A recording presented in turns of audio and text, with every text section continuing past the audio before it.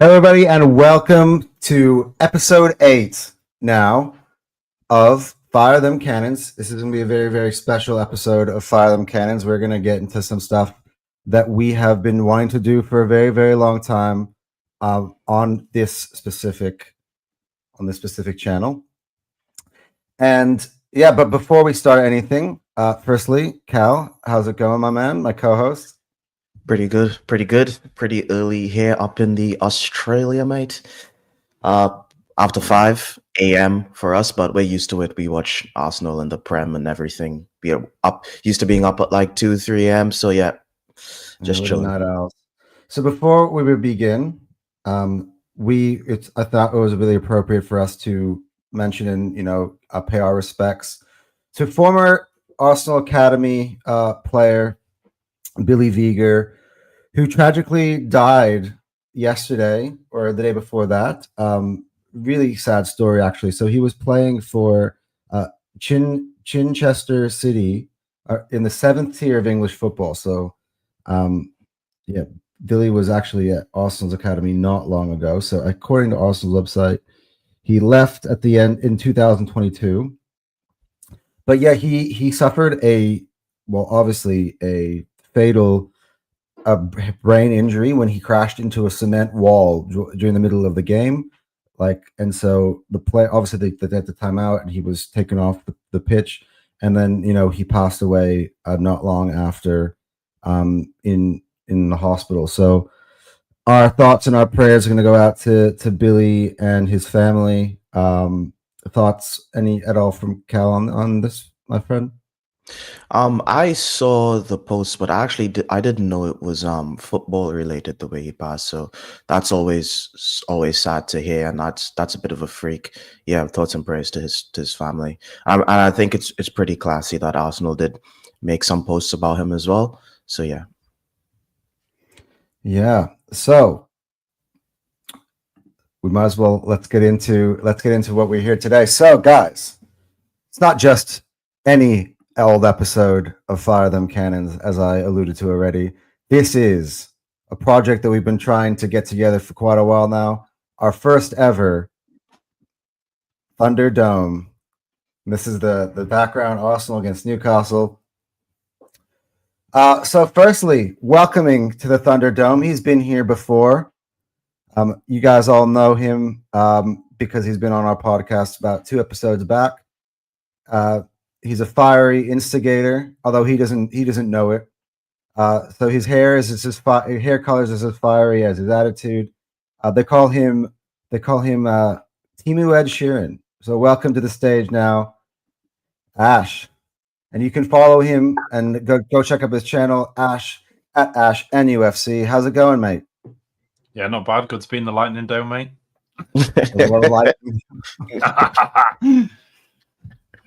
Don't hear any thunder. Just see lightning, mate. You heard the thunder at the beginning, apparently. I tell you and what, there's no thunder, of course, without Thor. Kane's got that man bun going. Regular on the football terrace. Also, massive Newcastle fan. The Geordie is in the house. Welcome to Kane. All right. It's glad to be at the inclement weather dorm. I take offense to that as well. It's two Geordies. For anybody who doesn't know what a Thunderdome is, back during COVID, WWE did this thing called the Thunderdome. I believe it was located in Tampa Bay. So basically, it was just like basically a place where they did the wrestling in a safe environment. But I always thought the name was really, really cool, and it was sort of like. Yeah, I think Pat McAfee does it on his show. He's called his studio the Thunderdome now. It's quite interesting. Yeah. Okay, so there's 3. Well, he obviously, I think he was in WWE at the same time as they during COVID. So I think he sort of, I don't want to say took the name, but I guess he kind of took the name. Yeah, if it's the same name, he took the name. Let's clear this up. There's 2 Geordies here, by the way. Yeah, we heard you the first time, Ash, but it's just we don't believe you. That's all. Do you want me to whip out my passport? You don't sound very Geordie. Well, yeah, because I'm my parents moved to Sheffield when I was 5, so I lost the accent. I see. I wasn't I'm- actually born in Newcastle, so I guess you're probably more Geordie than I am, but I just live here. But the real question is, who lived there longer? Me. Oh, yeah, it won't be me. I can't really. I'll tell you what, there is something interesting though, because all my family's obviously from there. Like half of them Sunderland, half of them's Newcastle. But back in the day, I used to my parents used to put me on the train, and I used to go up to Newcastle by myself. Like you couldn't do that nowadays. You'll just see kids getting robbed all over the place. It's fine. What's the worst that can happen? Well, yeah. Well, I mean, that's what it should have been back in the day, but now. I mean, you can do it as a grown ass man now, but I don't think you can do it at 5 now. Yeah. I don't know. All right, boys. All right. Well, we might as well let the show go underway, and I expect this one to be fiery. I expect the Newcastle boys to back their team. They've been talking a lot of smack in our TFT chat, and I respect them wholly because it's not always easy. It's not always easy. Look, we'll see. We'll see. Yeah. But first off, I got some Arsenal news to share, and I want to hear kind of the Newcastle boys' opinions, thoughts on this as well. Obviously, it was kind of outshined by the tragic news about Billy Viger, but William Saliba has signed a new deal with Arsenal. Which will run until 2030. So that means Real Madrid are going to get their keep their slimy hands off of him, or they're going to have to pay, like Liverpool had to do to get Alexander Isak. So first off, I want to go to Cal, obviously, because Cal's the resident gooner up in here. Reactions and thoughts about William Saliba signing a new deal. Yeah, this was actually really, really good news. Like, it feels like the club's just moving differently. This isn't an Arsenal I'm used to seeing. I think it's the first time to be honest, we've seen bursts of kind of good things happen to the club before, but I think this is the first time where I'm feeling like it's a consistent thing. It doesn't feel like a one-off. You know what I'm saying? So we got the sporting director the best-in-class sporting director that we could in Berta. We went out there and we, in the summer transfer window, signed all the things that we needed to sign. Literally got best-in-class for in terms of what we needed that was available. In terms of striker, DM, midfielders, we got everything that we wanted and the best possible version of what we wanted. I think the only person that we didn't end up getting was Rodrigo, and wasn't even for sale. He wants to live on the bench at Madrid. And now we're kind of re-signing players that we all thought that this was one of my biggest fears, because we have, like, for the past 15 years, we've lost our best players because of our lack of ambition. And then we hear players like Van Persie come out afterwards and talk smack about the club and talk about ambition and stuff like that. So it's always a background fear for all Arsenal fans that if we don't win and we don't act seriously, that we lose our best players.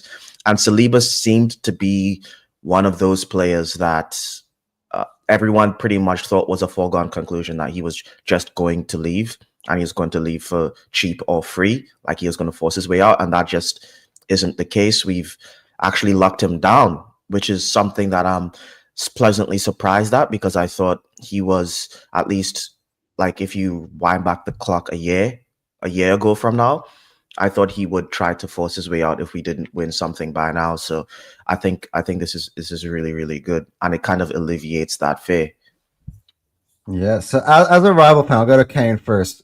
What are your thoughts on William Saliba signing a new deal to Arsenal? Because as I mentioned before, lots of rumors linking him with Real Madrid. Mm-hmm. You guys kind of know what it's like having a world-class player in your side that the biggest clubs want to come and poach. Like, how massive is this deal for Arsenal, do you think, in your opinion? You could look at it two ways. The optimist, which I assume Arsenal fans probably want to be, is exactly what Cal said. This is great news. This sort of wards off the big bad evil that is Real Madrid, and who knows, they may now just go and get Kanate and everything. Everyone's dreams come true and everyone's happy in the garden. But the the cynical side of me and someone who's just gone through this, contracts come for nothing now, guys. It doesn't matter how many years you put on those deals. It just means the money's higher. So does it guarantee he stays? I can't say that in all faith anymore, but it would mean that you at least get a lot of money for him. But how many years extension was it? So he had 2 years to run, and it was a 5-year extension. Obviously, from now he gets that big pay rise. So it's essentially 3 years added on to his original deal, which takes until 2030. So to me, I mean, it sounds like great deal for everyone involved. I'm happy for him. He gets paid. I'm happy for all Arsenal fans who are happy that he's staying, or if he does stay. And like I said, but the cynical part of me, after going through what we've gone through, I don't really see much value in contracts other than to at least recoup or to maintain value on your players. So it could mean maybe 1 or 2 years, and then you get a decent fee for him, whatever that be, or it could mean he stays for the full 5 years. So I think it's a win-win for Arsenal in any sense. But yeah, there'll always be that cynic in me now. Thanks. Yeah, and I agree with that. I actually agree with that sentiment 100%. And the thing is, like, even if Saliba decides to leave in like a year or two, we're going to get a lot of money for him. And that's the important part. We don't want players running down their contracts, because to lose a player like Saliba for free, it just can't happen, you know. And you know, we're not going to chain players down. You know, the big clubs move on their players if they really want to go. We've seen Man City do it, and I think we should, as fans as well, kind of back the club more than the player. You know what I'm saying? You know, like, as long as the club's putting their best foot forward and they're ensuring that they're trying their best to keep their players or keep their value, and they're at least trying to win stuff, I think we should just back our clubs. We got old David in the chat from David Speaks Arsenal. I've made that everybody's face. Can we make that a bit smaller? I don't even know how to make that smaller. Anyway, David says Arsenal never win anything, so never a win-win. I joke. Berta's done a great job. Unbelievable work by him, both in contracts and signing. Well, once 100%. Again, big up Dave. One of my favorite Man United content creators. I should say my favorite. Everyone, you know, gets a good kick out of him and his. And just praying for another United loss so we can see one of those legendary rants. Happy David isn't good, David. We need to see sad, mad David. Never good. It's not nice. David's a food chain guy, so I also want him to lose. Once that food chain dissolve. Yeah, man. Oi. All right. Ash, any thoughts here on William Saliba signing a new deal with Arsenal? I mean, it sounded like Saka's getting close as well. I think it's, at the end of the day, you've got to keep your talent, even if it means they will eventually go. Like, if you extend the contract up their wages and everything, you're going to get a bigger lump sum, which then goes into the revenue of the club, which is a big thing. Obviously, we wouldn't want Isak to have gone, but he's gone for a lot of money, which then gets reinvested. It gets put back into club. It goes invest into academy players or whatever, which then you sell for homegrown profit. It's a big thing that you can get. Obviously, it gives a big statement of intent of what your club's going for as well by keeping your best players. So it's only good things to say, and it's the same thing that I think any club would want to sign their best players on a longer contract. And then, obviously, if they do go, you have in their contract stuff in their contracts, whether it's sell on value, release clauses, like you add this stuff in to try and get as best thing you can possible for your club. So you've obviously done very, very well. I know that hurt to say. Yeah, no, I know. I could feel it. I could feel him breaking inside. Got to praise the second place club sometimes. Yeah. Coming from what? Where did you guys finish last year? 5th. Yeah. I mean, if we didn't bottle the last 2 games, if that's all I'm hearing. Hey, listen, it means absolutely nothing to me. We're chilling. We're still in the Champions League. Well, speaking of That's stuff true. that you guys did win, both of us obviously came off of a midweek game. I just want to touch on that a little second.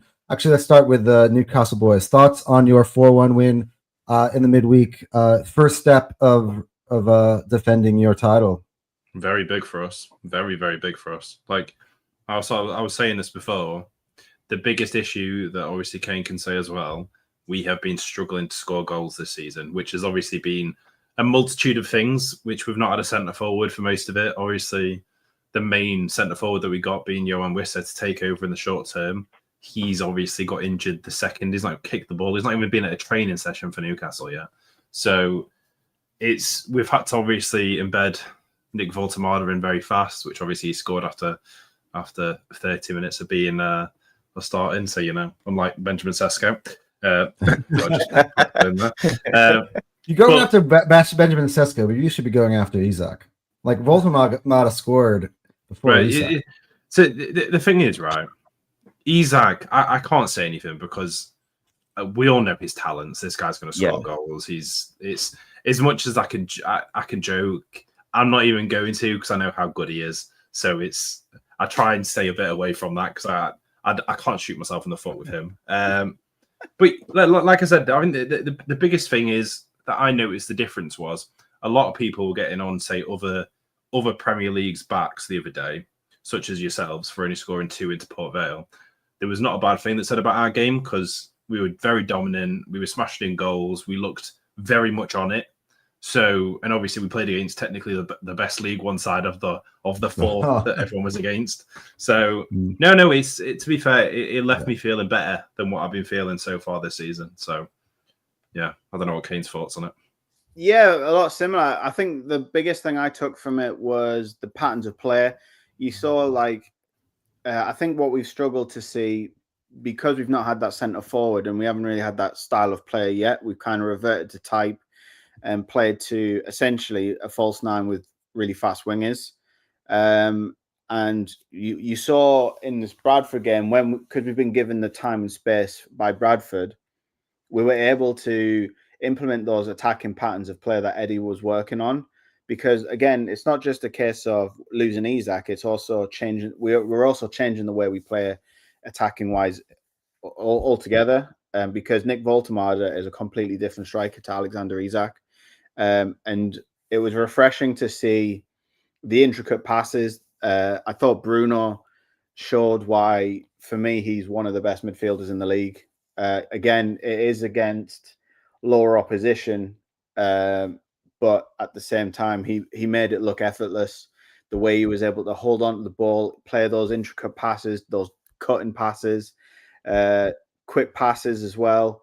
It was Willisula at first, who was more of a direct sort of in behind kind of striker, but then when you saw Nick Voltemada come in the second half, you saw that link up play between him and the midfielders, and it was quite breathtaking. I've never really seen Newcastle play like that for a very long time. I'm talking like entertainers, sort of Beardsley kind of stuff, Ginola, like these kinds of players that would play the intricate balls and then play the Shearer or Ferdinand through. Like this is the football that I grew up loving, and it was just great to see. You saw how Joel Linton would run beyond the striker and kind of be the number 9 he was always supposed to be. The 9 he was destined to be. It was Mike Ashton knew it was going to come true one day. It was. He just, he's about 5 years too late. But no, it was great to see him running beyond the striker, running into the box, getting onto it, and it paid dividends. He came up with 2 good goals. Again, Willisula coming up with 2 goals, and I think the most pleasing was the last goal. Just the way that even how we kind of have this sort of amoeba-like sort of attack going on, where it's not just the midfield, like the 2 midfielders that are pushing in and pushing beyond the striker, but we're also seeing the 2 wingers not just hug the touchline, they're starting to drift and interchange between that forward line. We're seeing Anthony Elanga go on the left, Anthony Gordon come into the middle, or sometimes go right. And then you saw like the little intricate player that ended up with Harvey Barnes, like Voldemade into Bruno, square ball, Harvey Barnes in behind, and then he squares it for Willisula at the end. It was like a proper team goal, almost akin to what we would see Arsenal of old do, like under Wenger. It was great to see, and you take positive signs from that. Again, it would have been another clean sheet, but bless Andy Cook, sorry, coming on after an ACL injury, scoring an absolute screamer against his boyhood club. I loved it for him. I don't even realize that. Yeah, he had Andy Cook actually had a ticket to see us at Wembley when in the Carabao Cup, but he couldn't go because he had surgery.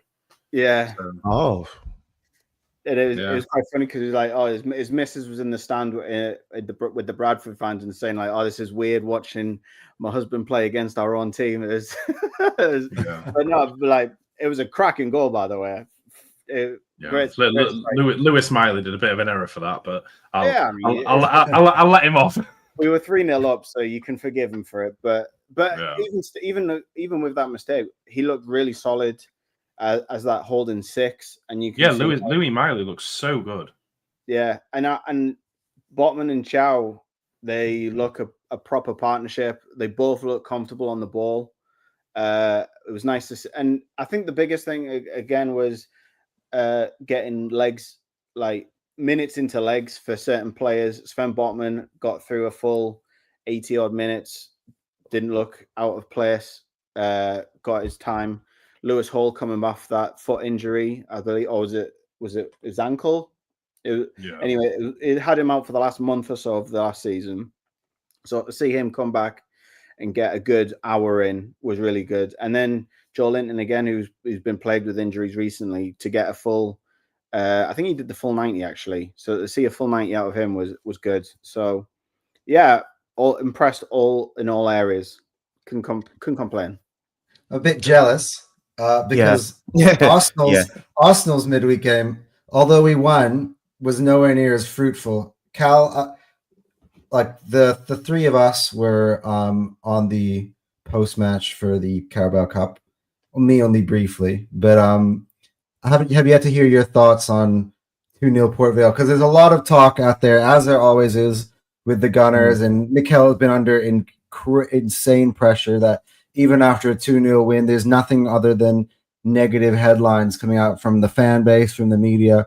What are your thoughts kind of on our game against 2-0 win against Port Vale? Well, let's be really honest here. It's Port Vale. To be honest, I was expecting more of a performance, creativity-wise. Before I get into like what annoyed me, I think I just need to big up a couple players. First of all, I think Ethan Waneri, he needs to be starting in that in that 10 position. He is such a player, and he seems more composed. And I know people would say it's just Port Vale, but every single cameo I've seen so far of Ethan this season, he's looked better than Odegaard has for the last 6 months when he was fit, because he is just, his ability to be even more of a conductor, because when he just joined the squad, he was, way more up the pitch, trying to attack, trying to score, but he still has that instinct, but he also has a little bit more discipline and the ability to kind of break the press, help with build-up play, make correct decision making. So I think he looks extremely comfortable in that 10 position, and I need to bring him up, and I also need to big up Eze for his performance in that. I think he was left 8. Yeah, it was very confusing, that lineup. Yeah, the way that Sky Sports pinned it up in the graphics was actually not the way that the team was actually lining up, which took a while to kind of figure that out. But because Eze was left 8, Marino was like a false 9. He was number 10. I mean, number 9. Yeah. So I just need to big up Eze and Ethan. I think those were the two good performers of the day. Yeah, I actually want to, before you come on to your thing, I was just thinking about that. So that's the first time this season, or I think for a very long time, Arteta has actually played with 2 attacking 8s, and we were kind of talking about it in our preview of the game in the last pod. what are your thoughts behind him finally doing that? I'm not really gonna read too much into it because it's just Port Vale. Like, like he could put out anything out there, to be honest. And I think it was about just getting minutes into legs for him. I'm not gonna read too much into, or he's gonna be playing this super attacking football, because that's not what he played. Even though the lineups what is a decent lineup, we actually weren't as creative as we should be. I think that's the main problem. I think we had 4 shots on target for the whole game against Port Vale. That's just not acceptable. And as I've said it on other podcasts. I'm looking at performances for this early in the season. Even if we lost another game, if I saw more attacking play, different patterns of play, I think I'd be way more calm, because if you practice good attacking football and you lose to start, it'll click eventually. But if you don't practice it, it's never going to happen. So yeah, it was a good win. I'm happy with the result. But from an attacking standpoint, we look absolutely dead.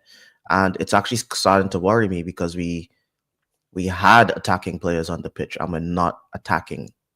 So yeah, at least we're not creating chances. Yeah. Look, from my point of view, I didn't kind of really. It's funny because maybe I don't watch the game with this whole like kind of looking to find reasons to be angry sort of mentality. I'm not saying that Cal does, by the way, but there are a lot of our fans that do that. I was just kind of like, okay, yeah, 2-0 win. I was pretty chill throughout the game, and then I came on to the post match, and Terry's asking me if I'm holding my feelings. I'm like it was Port Vale away from home. Nobody got hurt. I actually kind of liked some of our attacking patterns at the start of the game, so I did kind of feel like there was a bit of an Arteta ball sort of thing where we went 1-0 up, and then it's like side to side to side to side to side. I would akin this to like a tennis player in the early rounds of a Grand Slam, where he wants to get through it like in straight sets, but without exerting himself too much. And I kind of feel like that was sort of what Arsenal was doing. So, for instance, Brandon in the post match reaction was saying, "Look, what happened to Eze in Crystal Palace? He would take players on, he would drive at people." And I'm like, I think that he could have if he wanted to. I don't think it was a Arteta instruction. I think it was more like, look, it's just Port Vale. Like, why do I need to put in that extra effort to run at them, to we could have easily killed them, I think, if we wanted to. There was a little bit of a lack of ruthlessness on Arsenal's side, and I feel like it might just be the difference in talent. I don't know what Ash and Kane think about it, but I'm sorry, dude. I'm never gonna give this team that benefit of the doubt. We could have attacked more if we wanted. Like, I'm never gonna say that, because it didn't happen. And I think I didn't see enough I haven't seen them do that this season yet, so I can't really give them that benefit of the doubt. I can't just go and say, well, we could have scored more goals if we wanted to score more goals. Yeah, that's kind of bullshit to me. I do think Moreno is a problem. I agree with that. Because there were 2 times when Waneri literally had him on one-on-ones, and he checks back. That happened twice in the game, as they created chances for him as well. So I think it's I don't know, this Moreno experiment needs to end. It needs to end this weekend. I think it's a push. It was a push in case of emergency, but it needs to end. And I think we saw this before, by the way, with the whole, remember Kai Havertz, him having an okay cameo at the end of our 23-24 season, and Arteta decided that he is our guy and he's playing him every game. Now we're seeing the same thing with Moreno. He had a decent cameo at the end of the season. He's now Arteta's guy. He's getting played every game. I don't want to. I'm sick of this guy. Yeah, well, the good news on that, and we kind of touched on this in our last pod, that I feel like the minute that Odegaard comes back, that the Merino experiment might end at least temporarily. And the news from Arteta's press conference that happened today is that Odegaard has been training for the last 2 days, and he is available to play against Newcastle. So let's see, because now he's going to have all of Odegaard, Eze, or Ethan to play in that position if he wanted to. If Merino is starting up front against his former club this weekend, boy, these two on our right might be smiling. Yeah, that's gonna be a stinky game, by the way. I'm telling you, it's gonna be a stinky game. Yeah, I don't know. I feel like Arteta is kind of he's like a fruit of the pep tree, and I think what people forget about the pep teams is they just like to hold on to the ball. They'll pass that thing around and they'll just try and smother you to death. They'll get the goal, they'll pass that sucker around, no problems, and you got to try and get it off them. And if you don't try and get it off them, they'll keep passing that thing left and right until you come out, and then they'll try and punish you. I think when you come up against teams like your Port Vale's away, they're not going to do that. They're going to sit there and you go, motherfucker, you try and break us down. From what I'm hearing, didn't sound like it happened often. But because it's tough to break down those low blocks. But I've got no problem. I've got no qualms with Arsenal in general and how they play. I just think I don't know what they lack. They just lack something. But you're coming out with wins, so I don't know. It depends how you want what do you want from your team? If you're wanting to win, Arteta might be the guy. He's not going to get it's kind of like the Mourinho thing. He'll win you things. You might not like the way he plays, but he'll win you things. And if you want exciting football, then you go Ange, but you may not win. Yeah, but I mean, we win games, but we don't win things. Well, yeah, that's the problem that Arteta's got. Really, is that I think the whole notion from fans is they'll stomach. I don't want to say bad football, but they'll like not as pleasant to watch football, I guess, as long as you're winning. Yes. Which is what Conte and Mourinho sort of had. It wasn't beautiful football, but they were winning, and so it was fine. And I guess that's the one thing that Arteta doesn't have right now is he isn't winning for one reason or other. I think injuries are a real excuse last season, but in some games, I guess you could say the tactics were wrong, and maybe he isn't the guy. But I don't know. What about you, Ash? I've said this from the start. I feel like what Arteta's done is focus so much on defensiveness. And like I've said this previously, he has no sort of evidence about how he develops strikers. He's never really had to deal with and be with a number 9 properly before, like as his own manager. Like he's never really had to do that. And any time that he's had some sort of, I guess you can say, a centre forward, being whether it's Gabriel Jesus or Kai Havertz, it's like they're not really an out-and-out centre forward. So it's compared to obviously Victor Gyökeres, which is different. I just think that the biggest problem that you guys have got is you do this great thing, which is keep the ball, you retain possession, you've got incredibly good defence and CDM and everything structure. So you will be very hard to break down and score goals into. But the problem is, going forward, you just don't seem to have that clinical edge where I often see the likes of Odegaard missing, which is a big problem for you guys. Because I think if Odegaard's in this position, I think you guys would start seeing more goals, which, granted, you can't be necessarily just relying on Odegaard to do that, because obviously Moreno's not going to be doing that. You got flipping. Obviously, you're getting lucky with the likes of Martinelli and stuff coming on and bagging in the goals when he's being a super sub. But I think what you just need that spark of a player, or you need something where you can get your wingers and your centre forward to click better.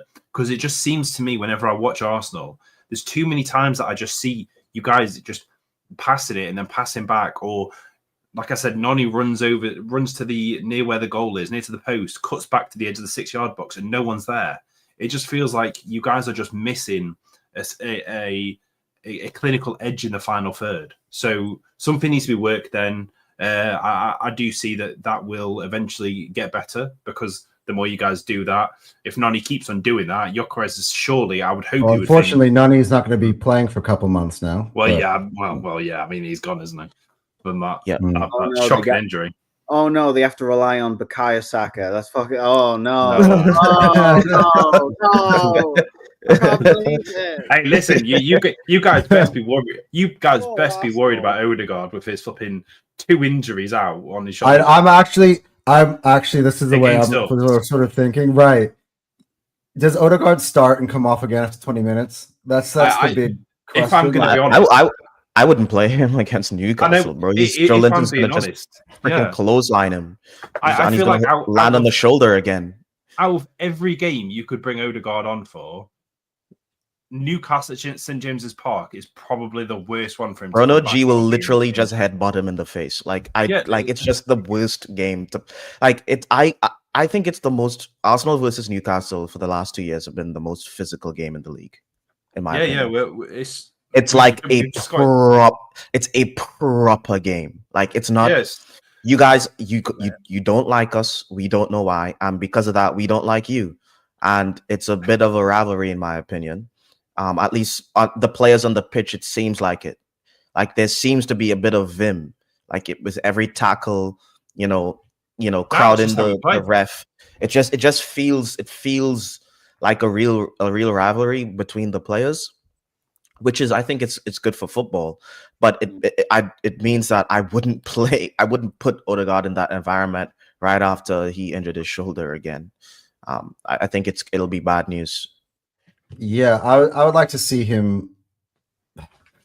See, here's I mentioned earlier, the Merino of it all.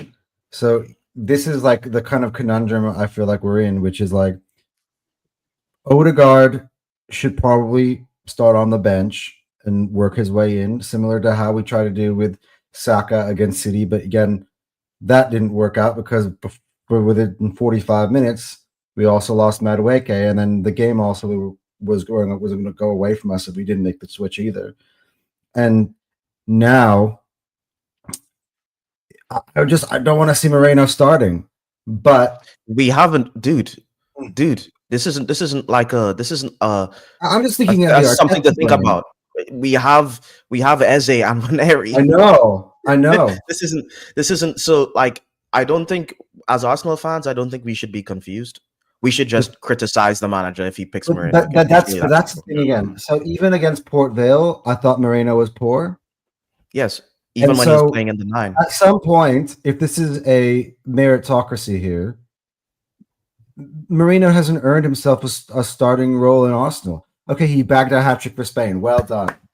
That not while he's wearing an Arsenal shirt. So yeah, I think it's time for Arsenal to. I think you got to play Eze in the 10, like starting this weekend. I don't mind Trossard or Martinelli because I think Martinelli is starting to pick up some form as well.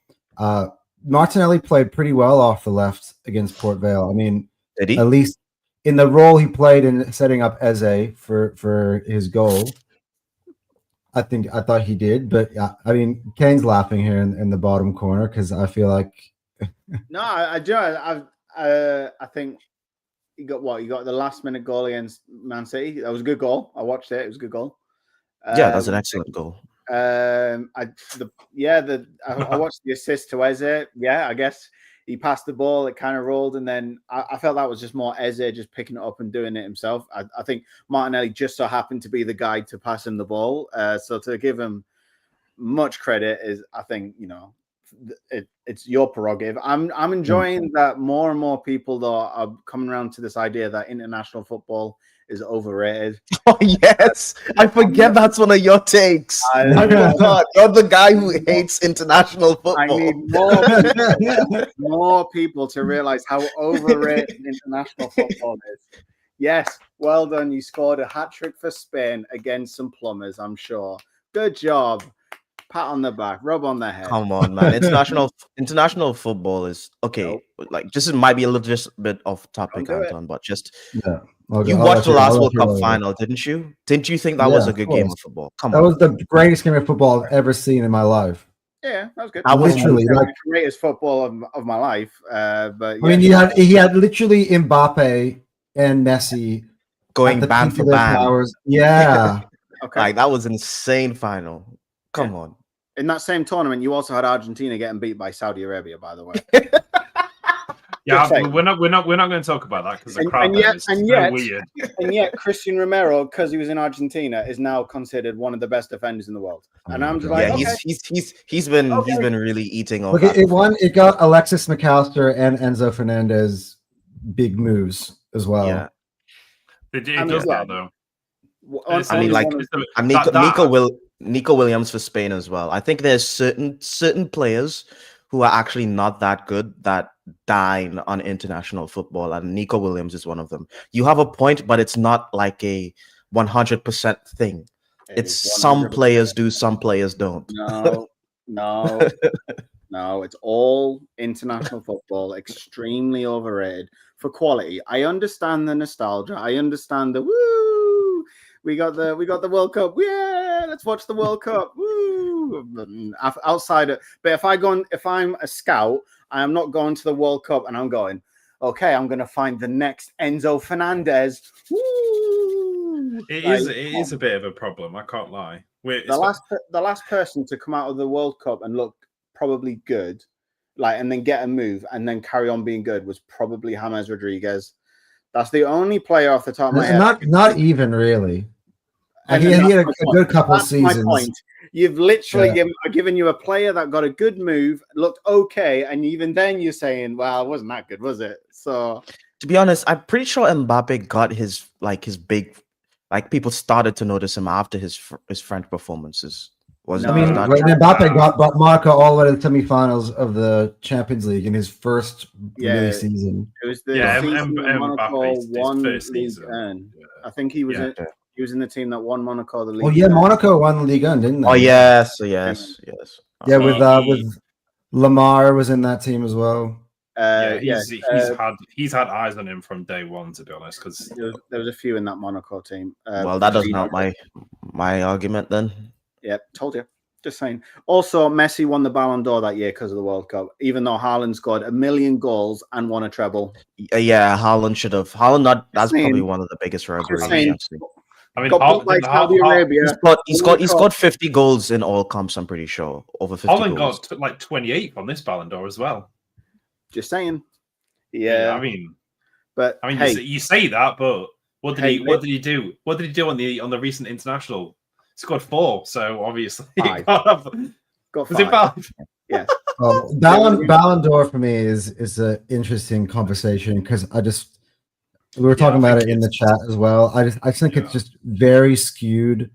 It is towards it's skewed towards international football, but also like the Champions League. Yeah, it is. It should be. That the Champions League is the premier competition for talent. It is. No, yeah, I agree. Outside, maybe you could argue the Copa Libertadores. You could argue that is up there as well.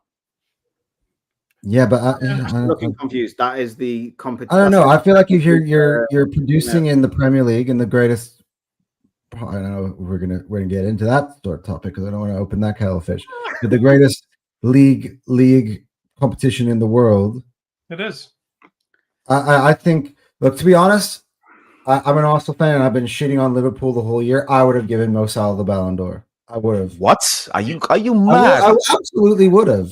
I would have given it to Rafinha before I give it to freaking Mo Salah. Are you kidding me, bro? Are you joking? Yeah, he was all the way. Like Rafinha had like more than over 20 GA in the champs.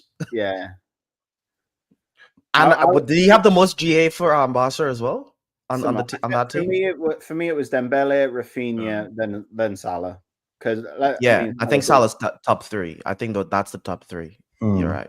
I don't know, but Lamine has been absolutely amazing as well. Yeah, he was really nice, but he definitely should not have won. No, but he won. Didn't he win the Golden Boy, right? Well, this is the thing. Yeah, I always feel like he had the golden boy sort of sewn up, and it was kind of like, yeah, you just have that so we can acknowledge these guys until because once I think Lamine Yamal's like once he's old enough, and if he progresses the way he is, he's probably going to dominate the Ballon d'Or for quite a while. And so I feel like they've just kind of his PR is kind of annoying to me, to be honest, because if it wasn't for his PR, Rafinha probably would have won the Ballon d'Or. That's what I'm saying. I think for now they're kind of like saying, "All right, we recognize you. Here's your award, but let's recognize these guys while we can." Until you I am one to think that Lamine Yamal, I think, is a little bit overrated. Like he's a great. I don't know if I agree with that one. What he did in the he Euros. is a great young talent. Euros, Anton. What are you talking about? Well, the thing is, he followed that up by winning the league. So that's why it's kind of nuts. So when you watch him play, I know, but he's still so young, and he's just been like thrown into like he's just skipped the queue past some of the greatest established players in the modern game, and all of a sudden he's above them now. Because he's better than them. That's why. It's really that simple. Like when talents like this shows up, because he is like one of them ones where it's like you don't see him often, but when you do, it's like, oh wait, he's extremely good on the eye. Oh fuck, he also has GA. Like that's when it's like you get that sort of okay, he's not just a guy who can beat his man and scuff a pass. He's actually scoring the goals as well. And making the right decisions. So yeah, he's just one of them ones, man. Like all right, well, we have gotten severely off of the track of what we're trying to talk about, which is Arsenal against Newcastle, of course, happening this Sunday. Boys, I want to kind of get your perspective on your own team this season. Obviously, maybe we can start off with what happened in the summer with Alexander Isak and how that sort of affected your season thus far. I don't want to go not too much. It just obviously plays a factor in how your results have looked like so far. Because Ash, every single time I mention your results, has to mention, we play, up until the international break without a striker. So, guys, this is your chance. I've seen a lot of you guys really bigging up your team, saying you guys should finish top 4, finish ahead of Chelsea, finish ahead of Spurs. Let's start with Ash on this one because he's been the one who's really been rattling the cages on this topic. So have your word here on your club and how your season's been so far and where you guys will think you'll finish. Look, so we've been completely disrespected, to be honest, from like when people have been going on about Chelsea being a contender, and like I said, we were going to finish above them, but it's our own flipping fault that we ended up not at the end of the season. Our preseason got completely overshadowed by Luke Edwards calling everyone simpletons, and obviously Alexander Isak going on strike for 40 days. So it was like our club got completely overshadowed by this whole problem. But if you watch any of our games before, obviously we had a centre forward, we were massively the dominant side. We just had no end product because we spent the whole time playing a false 9 where we had Gordon as our centre forward, and he's not a centre forward. And then he goes and gets himself sent off against Liverpool, and then that obviously then has a knock-on effect going forward because when we eventually get the likes of Johan Wissa, which has not yet touched the ball, played a training session or anything like that for us. So we had to bring Nick Voltemada on, and obviously he needs to get used to the physicality of the Premier League. So in his first game against Wolves, obviously he got a goal, but he had to get taken off after 60 minutes because he had cramp.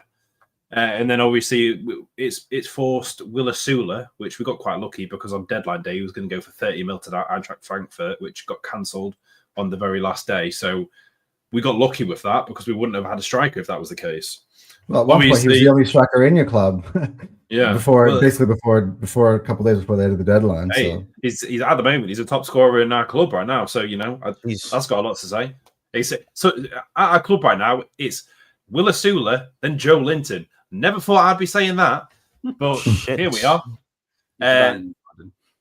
But basically, it's we're just starting to get our form back. Like I said, that's why I was very happy about our game against Bradford City because we actually got to see, the likes of Gordon back on his actual position on the left.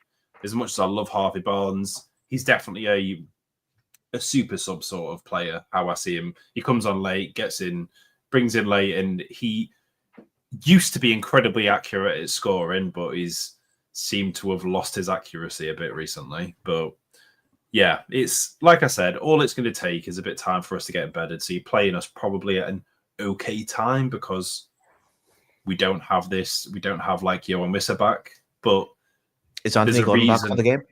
Yeah. He's isn't he? He is, isn't he? I mean, how long is the suspension? 3 games? Oh, Gordon. Sorry, yeah, because Gordon. he played 3. Sorry, Gordon's back. Yeah, Gordon's back for this. Yeah, Gordon's back. Jacob Murphy should be back as well. He had a bit of a little niggling injury, so he was being put on the side a bit. But yeah, as a whole, I think it should be a good game. And there's a reason. I will say, everyone talks about Arsenal's defense. We have the lowest XG against us out of any club this season, even lower than you. So I think that says a lot, especially when we've played the likes of like Liverpool. And we'll do our combined 11 later. So let's see how mmany defenders make it into the combined 11 then. And that's why I said it's going to be a stinky game. Yeah.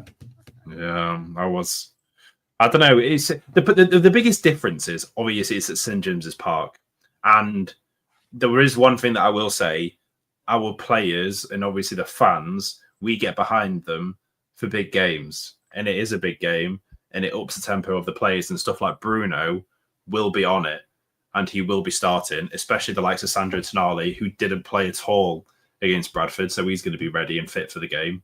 So it's I think there's going to be a lot of pace, a lot of physicality, and I think you might be surprised about how good we're going to be. I don't think we are surprised, to be honest, Ash. Like, we beat us 3 times last season. Like, there's no element of surprise. I mean, to be honest, I was arguing with people in the chat when they were saying, because I was bantering Newcastle because I'm treating you guys like you're a Big 6 club now, because I feel like you guys have earned that for the past couple of years. And people are telling me stop bullying Newcastle. I'm like, why? like no, it's not really punching down or anything.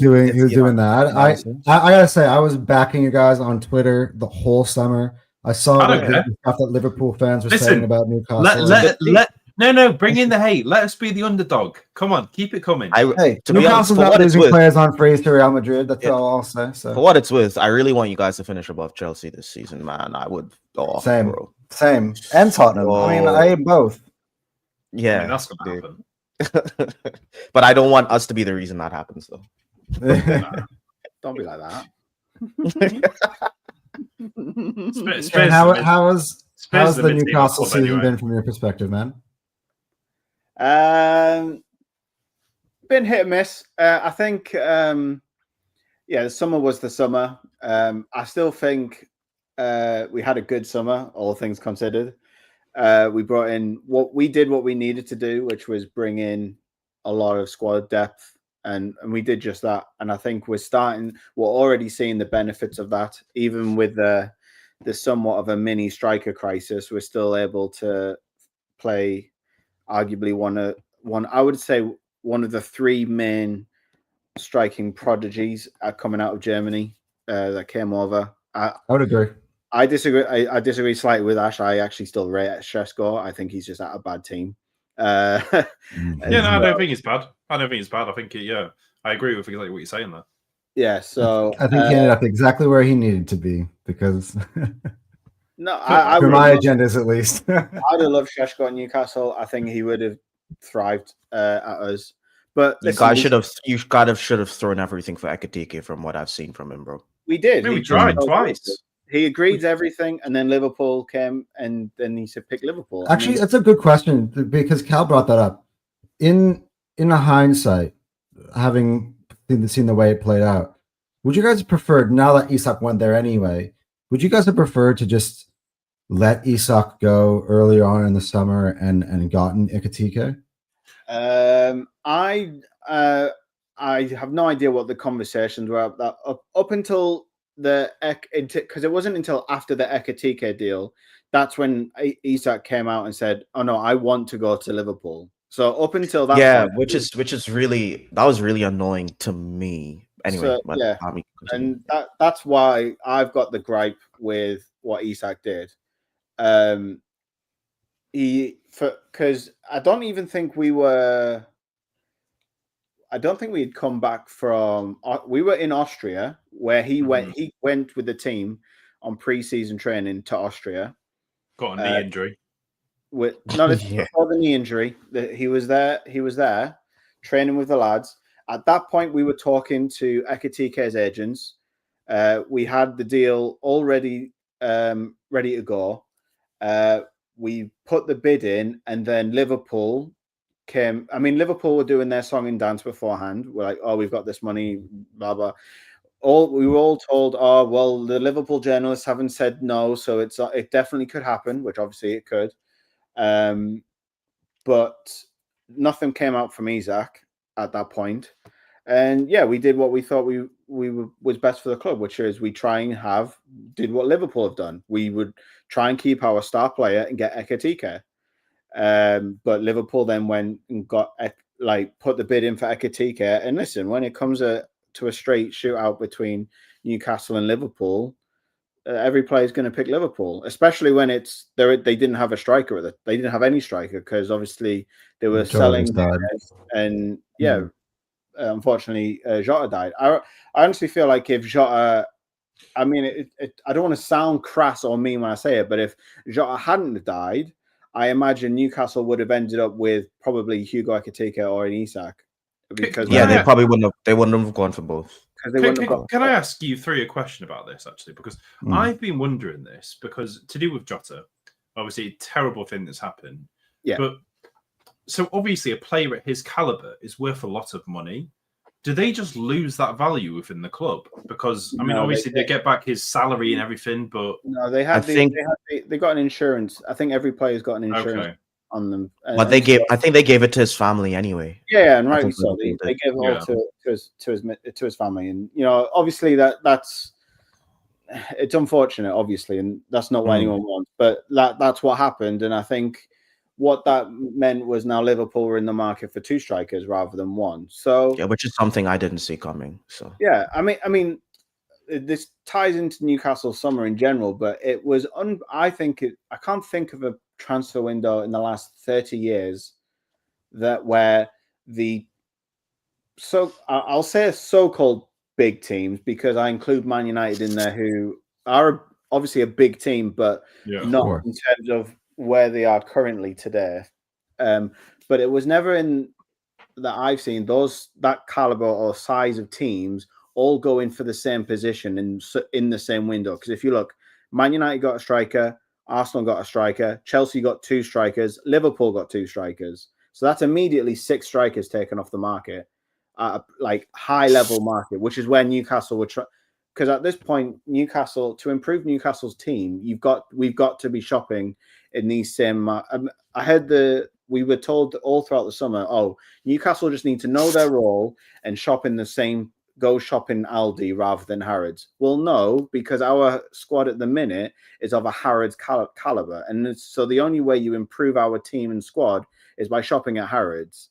And so we were just unfortunately caught in what was an unprecedented window in that sort of respect. But even through all of that, we still ended up with a striker who got the same non-penalty goals as our star world-class striker, and we came out with one of the best talent, up-and-coming talents in, I'll say Europe, because I didn't hear much from any of the other leagues where the talent was available. So, yeah, I mean, and then obviously there's Samu. Samu was the other one. Samu as well. So, but he's definitely he's of the same.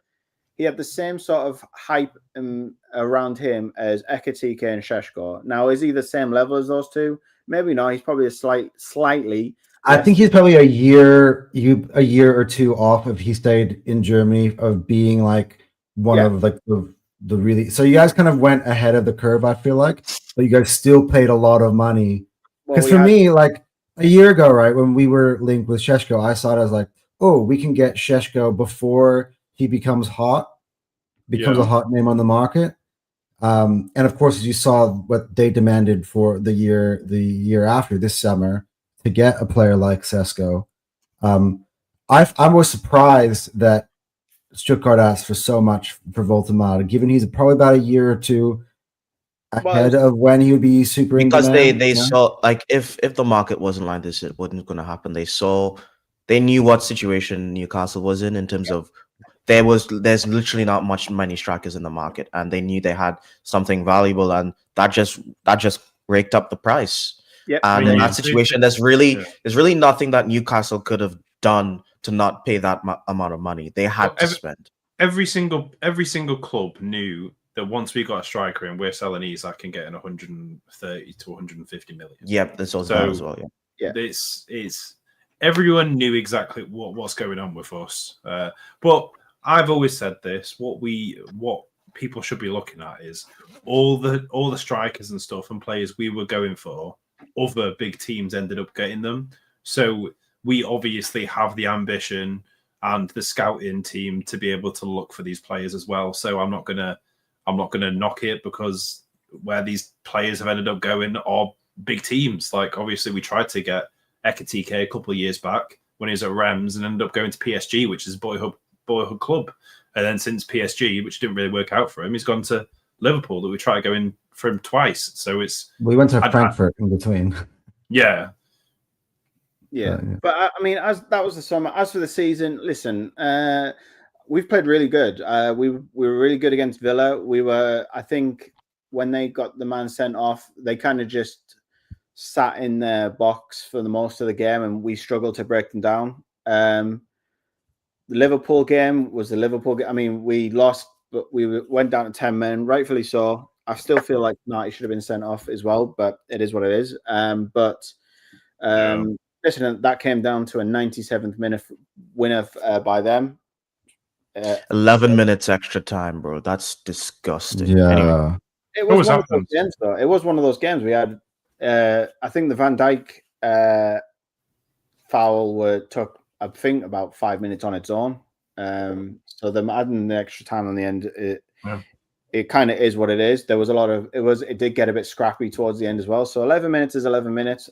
I mean, at the time we were on top, and I think we were on top for the most of the second half. It just Liverpool did what Liverpool are doing this season, and putting it together at the end when they need to. So credit to them. Leeds game, I was a bit disappointed with. Again, we kind of struggled to break them down. We got shots off. We just weren't clinical in that game. But yeah, again, another clean sheet, and I think that was away as well. Then who was after that? It was Wolves. Oh, we had Wolves before that. Yeah. Yeah, Voltemade scoring on his on his debut. Good, solid win. Looked good. Didn't really look. You saw glimpses of what we would play like with Nick up front, but again, I think we were still trying to gel and get that sort of rhythm together. And then Bournemouth's a really hard game, man. They're fourth. They've already beat Spurs, and to come away from their ground, who they do as it's one of those sort of styles clashes with Bournemouth. They can match us physically, and so we struggle to break them down. That was just a very I don't think it was fairly uneventful and sort of back and forth in the middle of the park.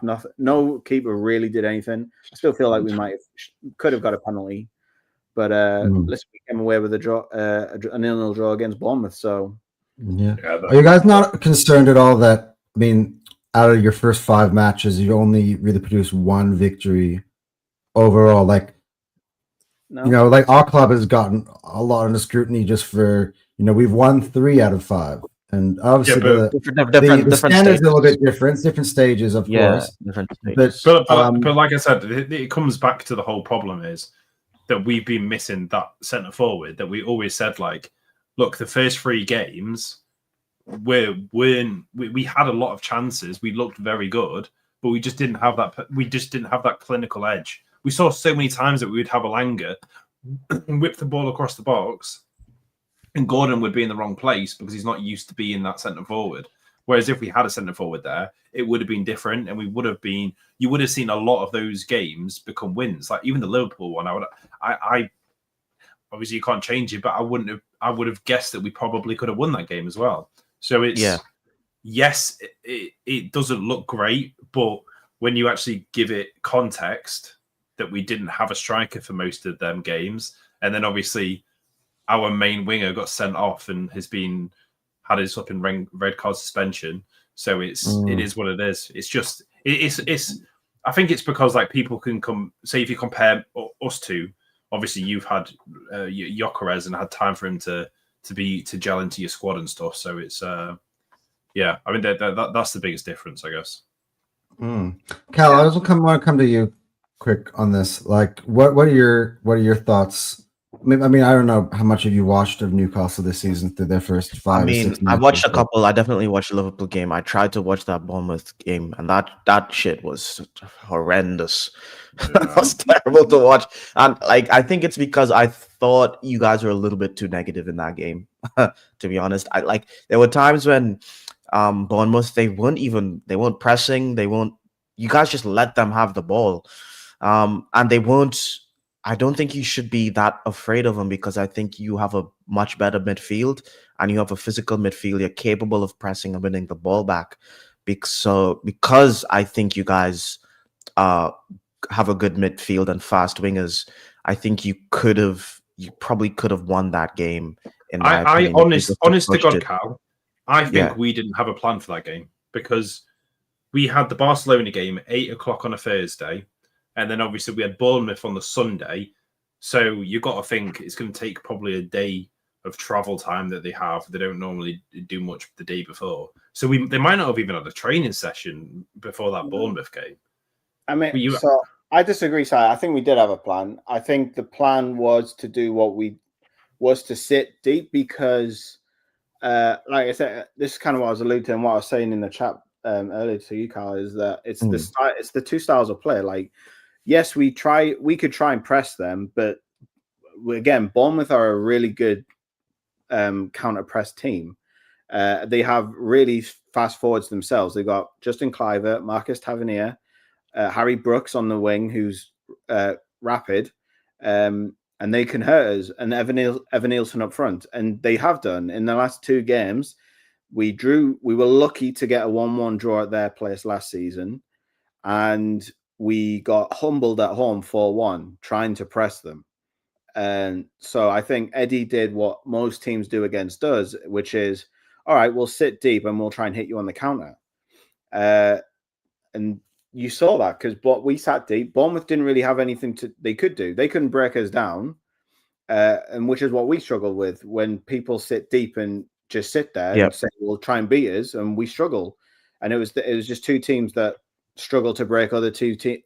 Struggle to break teams down. We rely on the other team to come up and press up so that we have that space in behind for the wingers, as you said, and it didn't happen. And the couple of times we had a chance, and it just didn't come off. Again, I still think we should have had the penalty.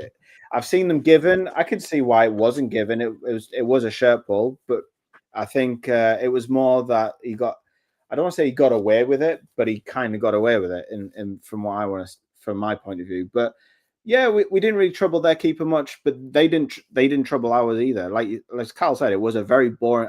As a neutral, I would have hated to be a neutral fan watching that game. Very dross, and I felt obligated to watch it purely because it's your team. yeah. I mean, we're used to. I'm used to watching. Here we go. A lot of boring football this season. Like I just am, dude. Like you can't, but not that exciting to watch. I feel bad. To be honest, I do think people overdo it at times, but like this season in particular, we've been kind of a little bit of dry as well. But that one was, and I think maybe because I've seen the other side of not taking risks, so that's why I got a bit worried when I'm seeing a team like Newcastle sit back that early in the game. Like minute 1, I'm seeing everyone just like have the ball. I'm like, okay, I guess because of how I feel about my team, I have a little bit of PTSD for others because personally, and maybe this is just a personal thing. This is probably not even a tactical thing. I just like to see teams have a go, and I don't mind negativity at certain parts of the game. For example, like let's say you go up to 2-0, or there's a 1-0 and there's 10 minutes left, and I don't mind like just really sitting back at certain points in the game, but I really, really don't like when teams just sit back from minute one. And I'm not talking about bottom half of the table teams. I'm talking about teams of your caliber. I just like to see teams with, because I do rate your midfield, and I do rate some of your attackers, and I do think you have pace on the wings as well. So yeah, that's just a personal preference. You're probably right in terms of the tactics. That's a good question. That leads us onto a good question here, Cal, which is, if we could pick one player off of the Newcastle side to join the Arsenal team, who would it be for you? We all know who it is, bro. It's obviously Gordon. Like, I take Gordon because it's something that we need. We need a left winger, and I think he starts for us. And if we had Gordon in the team, it would mean Eze could start in that 10 position, and that'd be nice. That'd be so nice. The only other player I'd probably take is Bruno G, because of his physical. He's basically, I think he's probably the perfect 8 for Arsenal, the way Arteta likes to play. I think he probably suits Arteta more than Rice, to be honest, because I do think that Arteta doesn't use Rice as well as he could right now. I do think Bruno G is more creative, but he still has that physicality with him, whereas I think Rice is much better defensively than Bruno G, in my opinion. So yeah.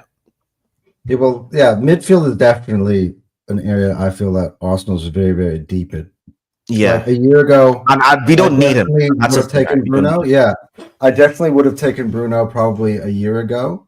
Yeah, but yeah, this year, given the riches we've got in midfield, I probably would second Anthony Gordon on that. I would not mind, and this sounds interesting, but maybe because it's my Bundesliga talking, I would not have minded Nick Voltemata sort of player as an alternative to Gyökeres, because I still feel like we don't really have a really good solid alternative to Victor Gyökeres. So what do you mean? Or Wissa, but he's not available. Or Wissa as well. At one point we were talking about it, like at least I was talking about it when I was on Terry's show, when I found out that Havertz was getting hurt, and I thought we were going to buy a striker instead of Eze the day that we bought Eze, and I brought up the name Yohan Wissa because I thought, you know what, if Havertz is out, we need an alternative at striker. Maybe if he's still out there, we might go get him.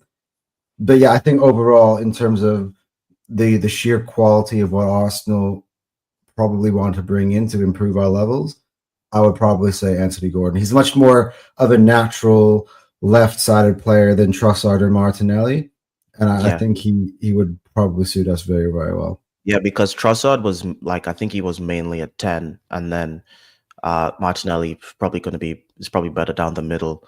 So and Eze is more of a 10 than a left wing as well. So like all our left wing options aren't really left wingers.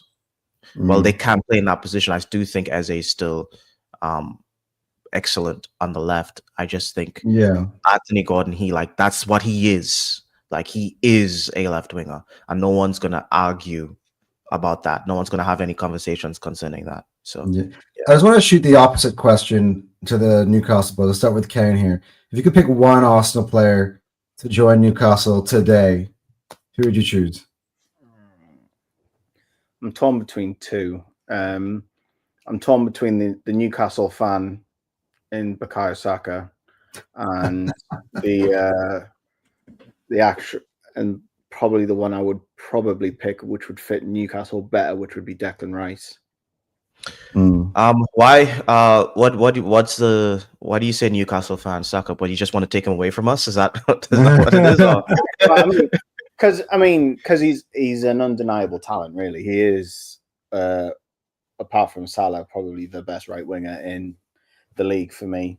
He can go both ways, and he would help us with what we struggle with, which is breaking down low blocks. I think his ability to just take a man on, or even just to give himself half a yard and play that killer ball into the middle of the box, is just or just take the shot and score, is something you just, when given the opportunity, you don't really pass up often.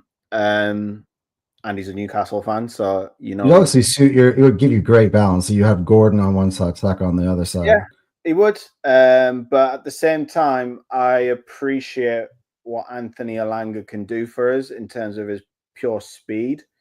And I feel like the way that we're moving in terms of playing, I think we value speed on the wings more than the trickery that Bukayo Saka would give us. Again, it's a tough call between the two.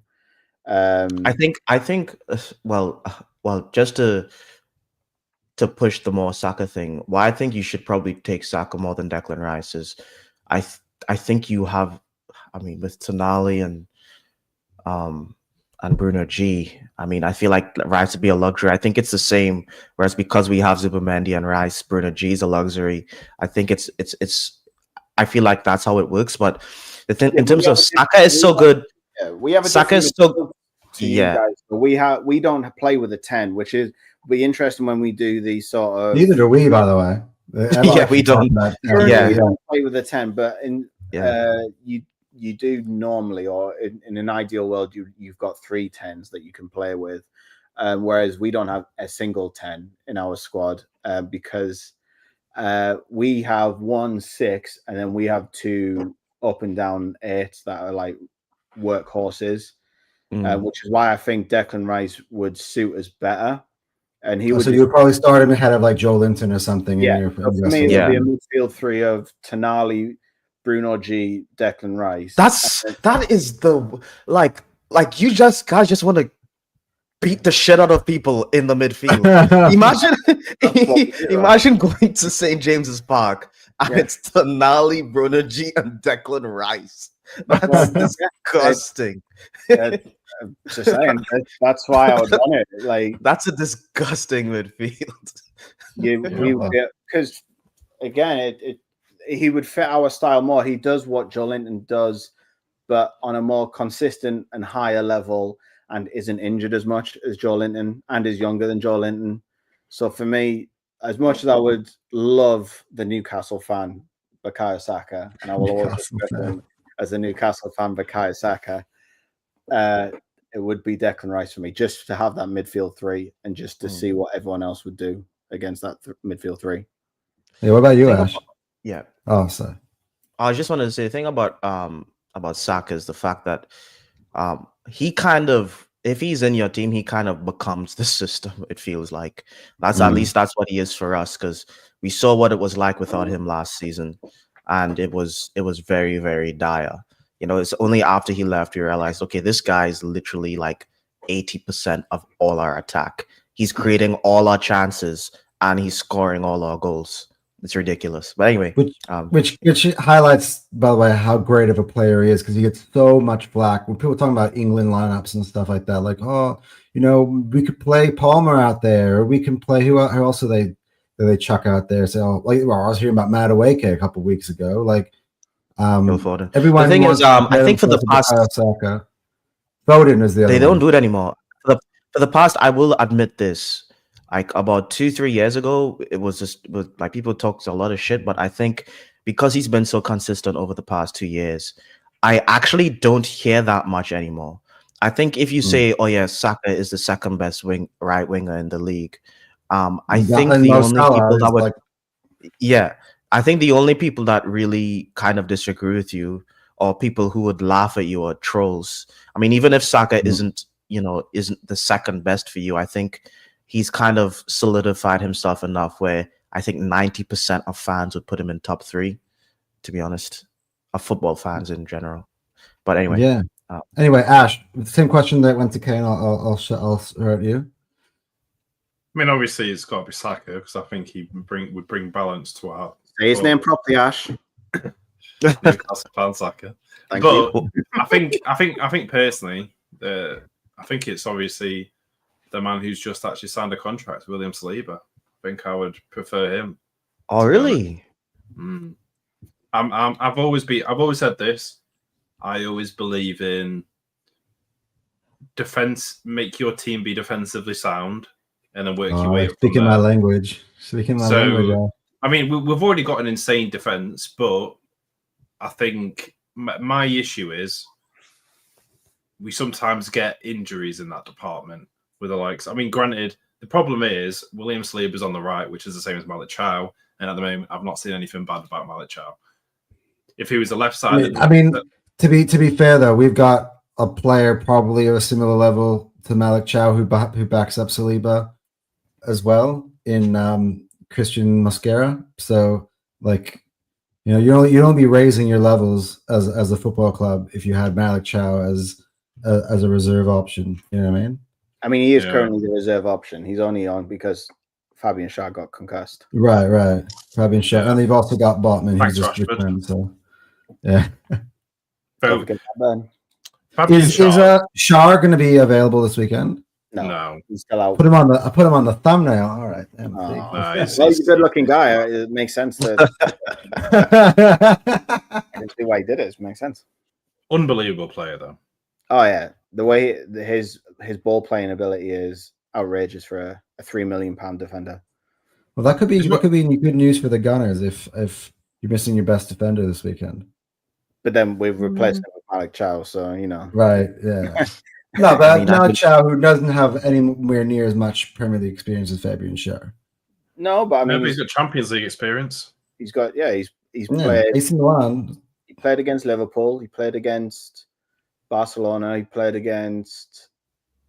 He played in the Bradford game and he played in the Wolves game, I think, as well. He's looked good. I said, he's been doing a lot of passing through the lines that I've noticed about him that Schär wouldn't have done. Obviously, Schär normally steps forward, and I've not really seen Malik Chow do that. So yeah, he can take on the guy as well. Yeah. All right. Well, we're gonna get into our combined 11s in a second. Beforehand, though, I just kind of want to get Kane and Ash's takes on Arsenal this season. How you like? I know we've spoken a lot of banter in the chat, of course. Things have been said, especially from the guy sitting next to me to my right. But, like, for instance, obviously, Mendy's 2 goals don't count. But I want to give you guys a chance to I came true with that statement. About Arsenal. Maybe not necessarily. I guess you can only really base it off of what you see in this season, but also, like, maybe what you kind of see in terms of our squad and what we could potentially do with it moving forward. Yeah, I mean, in terms of the squad, I think I said it on the terrace. I think you guys have got the best squad in the league in terms of overall strength and depth. And I tipped you to win the league. I feel like Liverpool, as we're already seeing, is they had, bless him, Leone has had a season-ending injury, which obviously you don't want to see. But wait, what? Sorry. Yeah, that happened. During the kid. Game. The kid, the Italian kid. Yeah, the guy who they brought in the summer. The only defender they have left on the bench is Joe Gomez. Yeah, I mean center back. Insane. Yeah. I didn't want. Yeah. Okay. The rumor is they're going to go and get Mark Gahey in January now. I think that's not even. I think it's more than a rumor. I think he would have been there already had Crystal Palace been able to get a center back. So maybe, but I mean, again, that'll come down to whether or not Palace want to get rid of him in January. I don't know. It's not happened yet, so it's pointless. It's just conjecture at this point. But this kind of thing is what I thought might happen to Liverpool, only because it didn't really happen to them last season. And I feel like teams generally have a season, maybe even 2, where they don't get that many injuries, and then they'll have a season where they'll have more than normal. And they didn't really have that many injuries last season, and so it kind of feels like it's their turn to get the injuries. and their squad depth wasn't really is quite thin, especially at centre back. And so, yeah, for me, I've tipped Arsenal to win the league. I feel like your squad is the best in the league in terms of strength and depth. How the results have gone, yeah, I mean, they've kind of gone. When I look back at the 5 games, they've kind of gone the way I assumed they were. I thought you would be better against Man United, but you did what you needed to do. You then went on and pretty handily beat Leeds 5-0. Then the Liverpool game, it came down to a wonder free kick in the last minute. So, close game with that you end up losing. And that was at Anfield as well, wasn't it? So, that's probably going to be your toughest game. The Man City one, I feel like I'd be a bit disappointed as an Arsenal fan, but given the fact that it was a last-minute equaliser, I feel like it was a point gained in the end. I don't know. I feel like you're fine. I think you're in and around where I thought you'd be. It just so happens that Liverpool have gone perfect so far this season, and that happens. I think the problem and what I've seen so far online from Arsenal fans is just anxiety. I feel like Arsenal fans have got this complex now that unless they're like 10 points in front of second place, they're never going to be happy.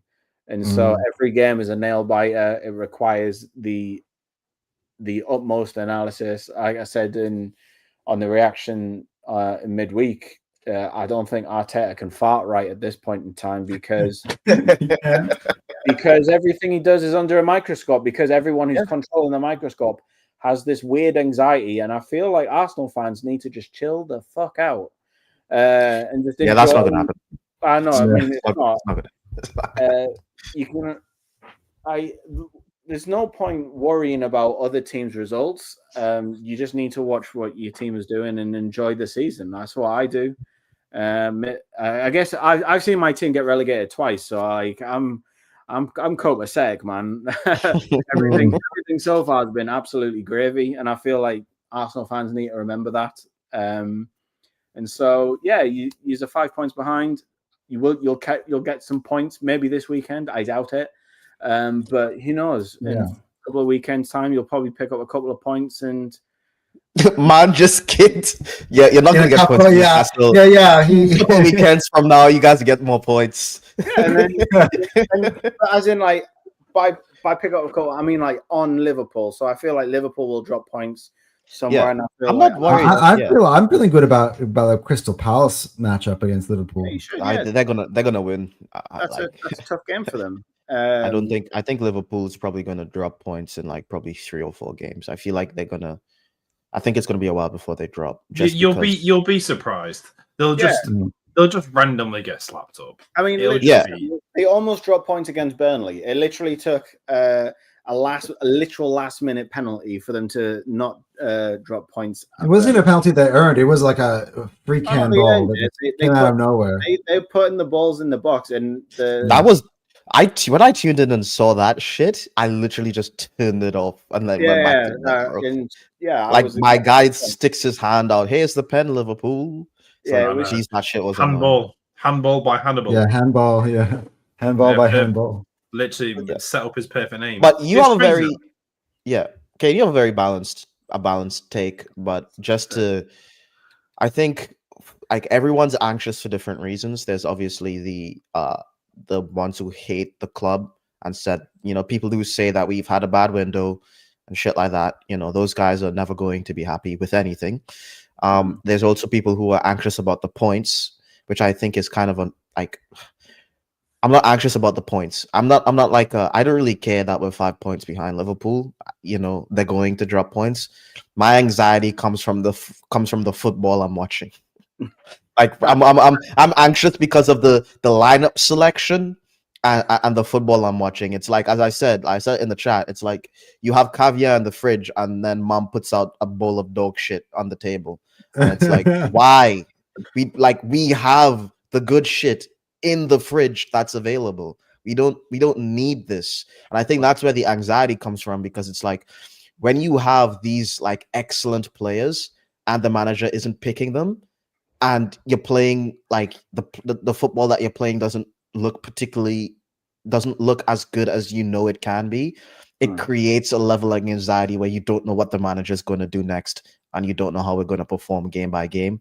And that's why you're probably getting the over analysis. It's because we're trying to figure out why this is happening. Okay.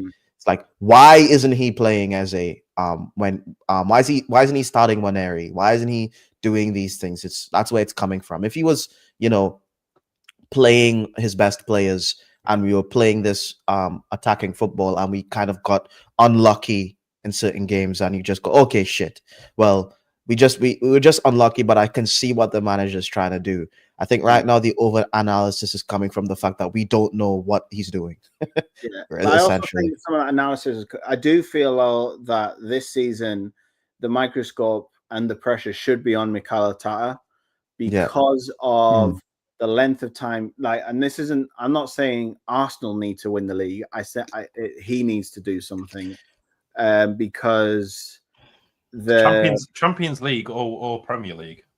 Yeah, I mean, I don't. That sounds hyperbolic, but I feel that way too.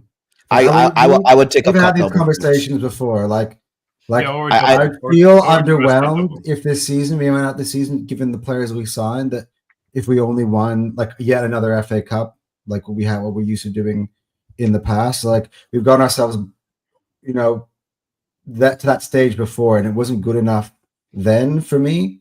It obviously feels nice to win trophies and stuff, but Arsenal Football Club has been building towards something bigger. And if that thing that we're building towards is just an FA Cup, I'd feel pretty disappointed. Because I'd be a little disappointed with one FA Cup, but if we do the cup double, that'd be amazing for me, to be honest. See, that would be because the thing is, it's like these group of players haven't won anything together. They don't know what it's like. These group of players as a team, they don't know what it's like to go into a final. They don't know what it's like to go down in a final. They don't know what it's like to grind out a win in a final and lift a trophy as a team. And for me, that's extremely important because the FA Cup, it is Arteta's FA Cup. But those group of players aren't these group of players. These group of players need to lift something together. And if we went out there and we won 2 of the cups, like you telling me we went to 2 finals and we won 2 of them. Double up. I think it's like a quadruple charged cup double. Yeah. Let's say we make the semifinals of the champs. We did a cup double and then we took it to the last day or something like that. I think that's a good season. I'm not going to stay here. I'm not going to stay here and say if Arsenal doesn't win, if Arteta doesn't win the Champions League, which is something that we've never done, that he needs to be sacked. I think that's absolutely ridiculous. I think any fan saying that's out of your mind. And I think we don't have a divine right to win the league, but we should be winning something. And I think at this point, I still would be unhappy with one of the cups. I'd still be happy that we lifted something, but I'd be happy if we just won one. If we did a cup double, you don't get those very often, to be honest. You just don't. Last time we won the Carabao Cup, Tony Adams was the captain of the team, I'm pretty sure. So yeah.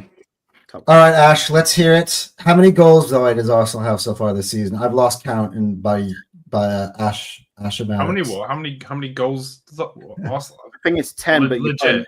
Yeah, a bit of an asterisk.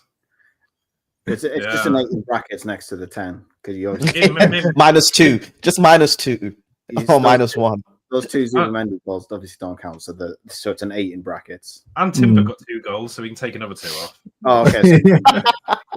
We'll just keep bringing it down. No, but this is my whole point of my analysis to do with that. I'm like, if I was looking in at Newcastle, and in the first few games, the only place really our goals and stuff were kind of coming from is freak moments, I would be asking questions about our wingers and up front and our centre forward. Be like, we need to be doing more. Obviously, to be fair, we have we've done it on this podcast as well. Yeah, which obviously I brought up before, and I was like, that's the thing that I think needs to be analysed, because I knew exactly this would happen, because recent games, you guys aren't blowing people away and stuff. And it's the same thing as that game where Zubi got the 2 goals in. Is if it was just the 1 goal from Gyökeres, it would be a similar sort of analysis that you're thinking we're not blowing teams away. Where I think you guys should be in a place now where you guys are doing that.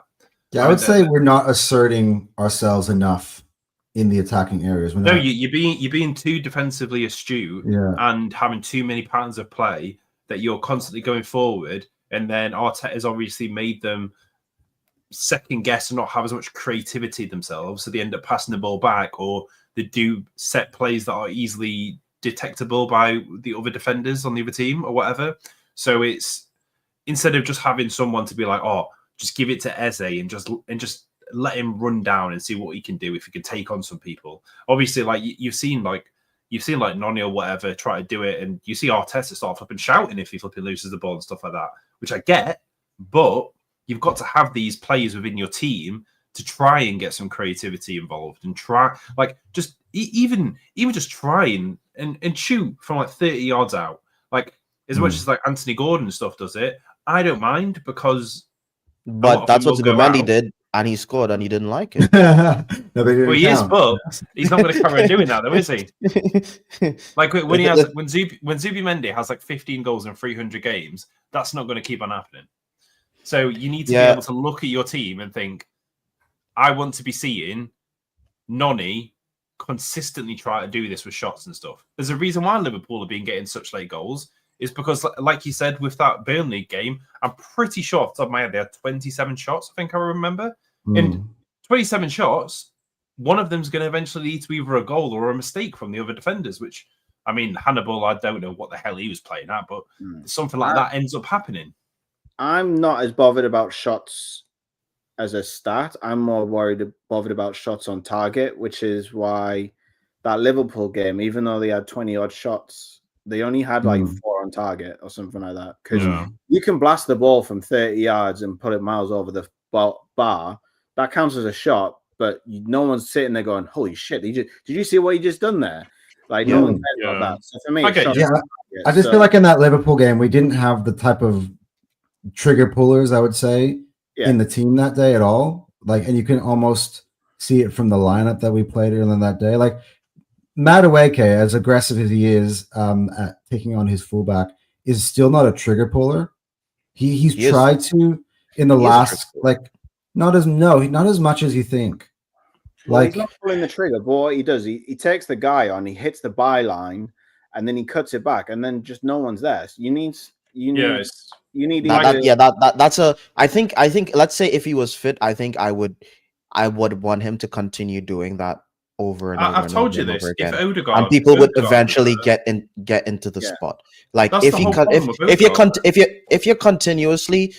you're continuously beating your man over and over again, and you're hitting the ball in the same spot and no one's there, and you do that for weeks and weeks, eventually people will get there. That's just the team gelling. It's just we don't have enough people doing that.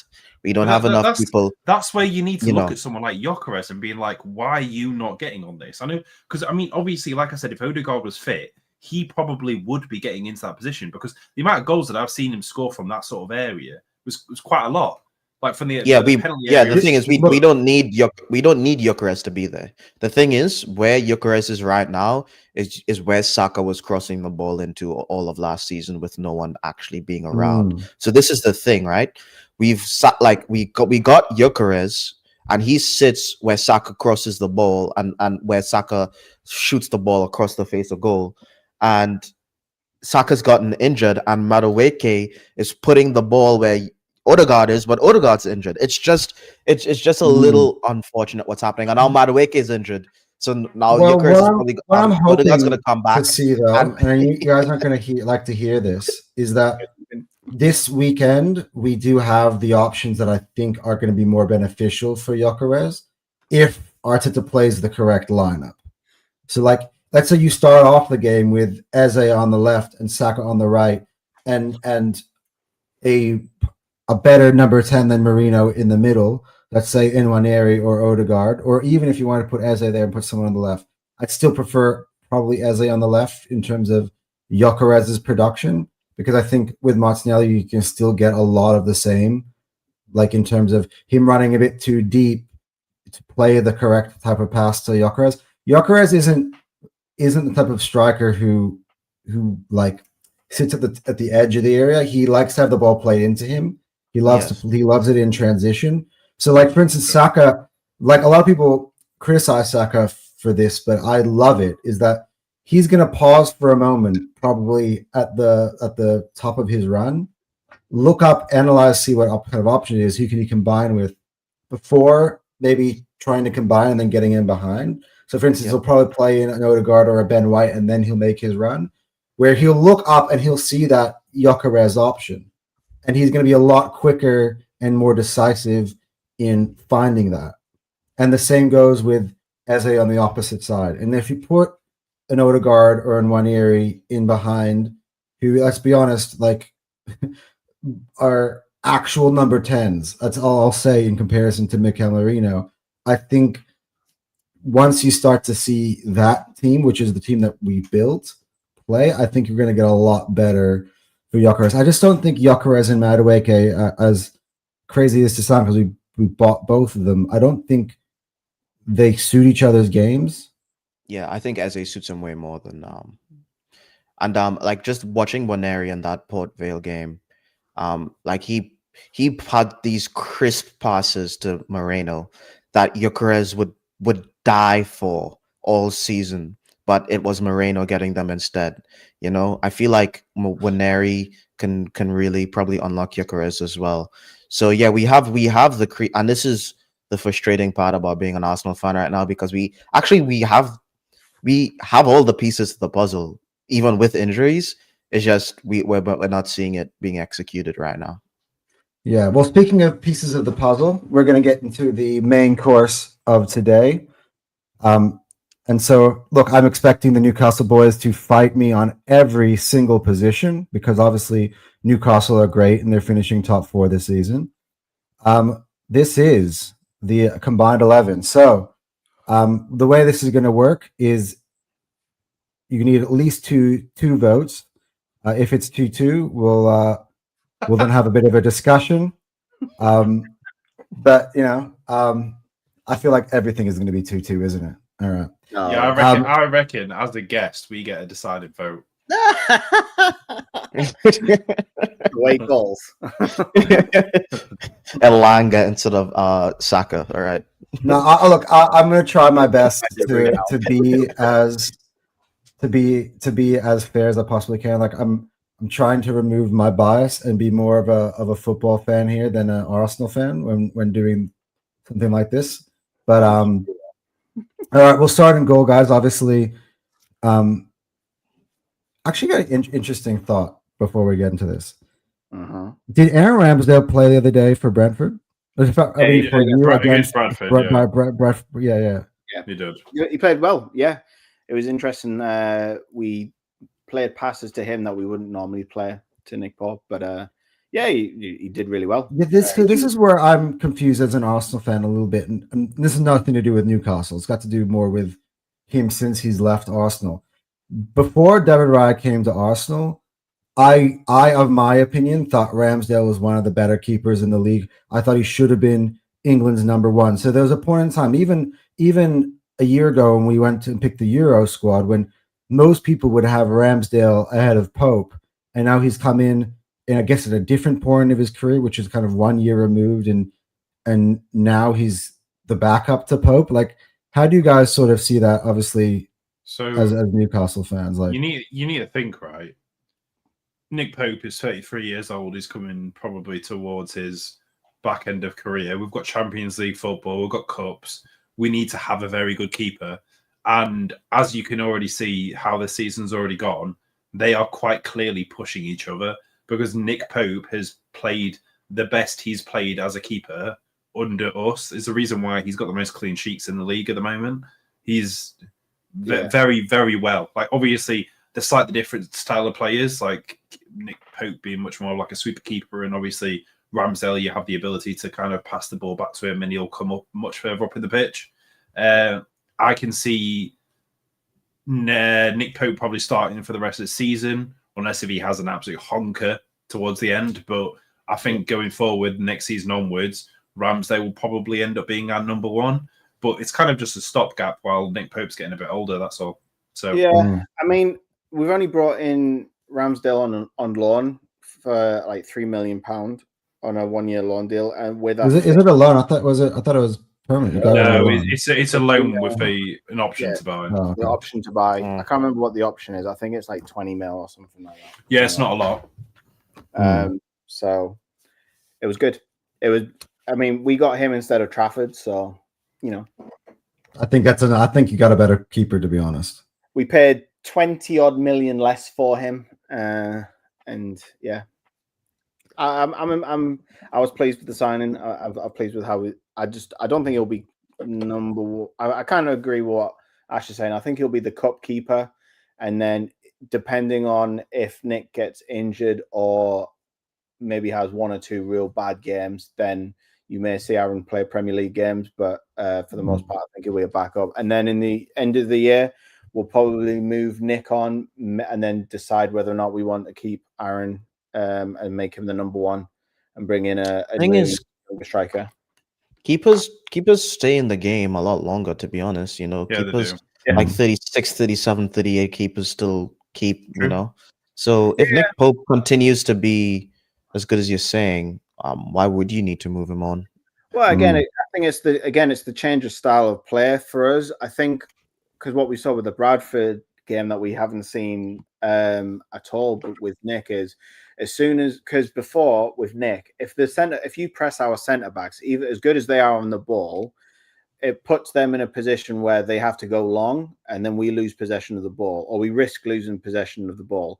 Whereas now in that Bradford game, whenever they pressed the centre backs, we had an out ball to Aaron, who could then we beat the press around the essentially why you have a ball playing goalkeeper is you passing the ball, you work yourself around the press, and then you go again down the other side, which was really good to see.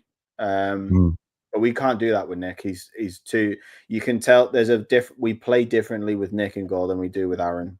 All right. Well, Nick Pope's, by the way, also on Nick Pope, his contract also finishes at the end of the season as well. Yeah. Oh, so he's not renewed.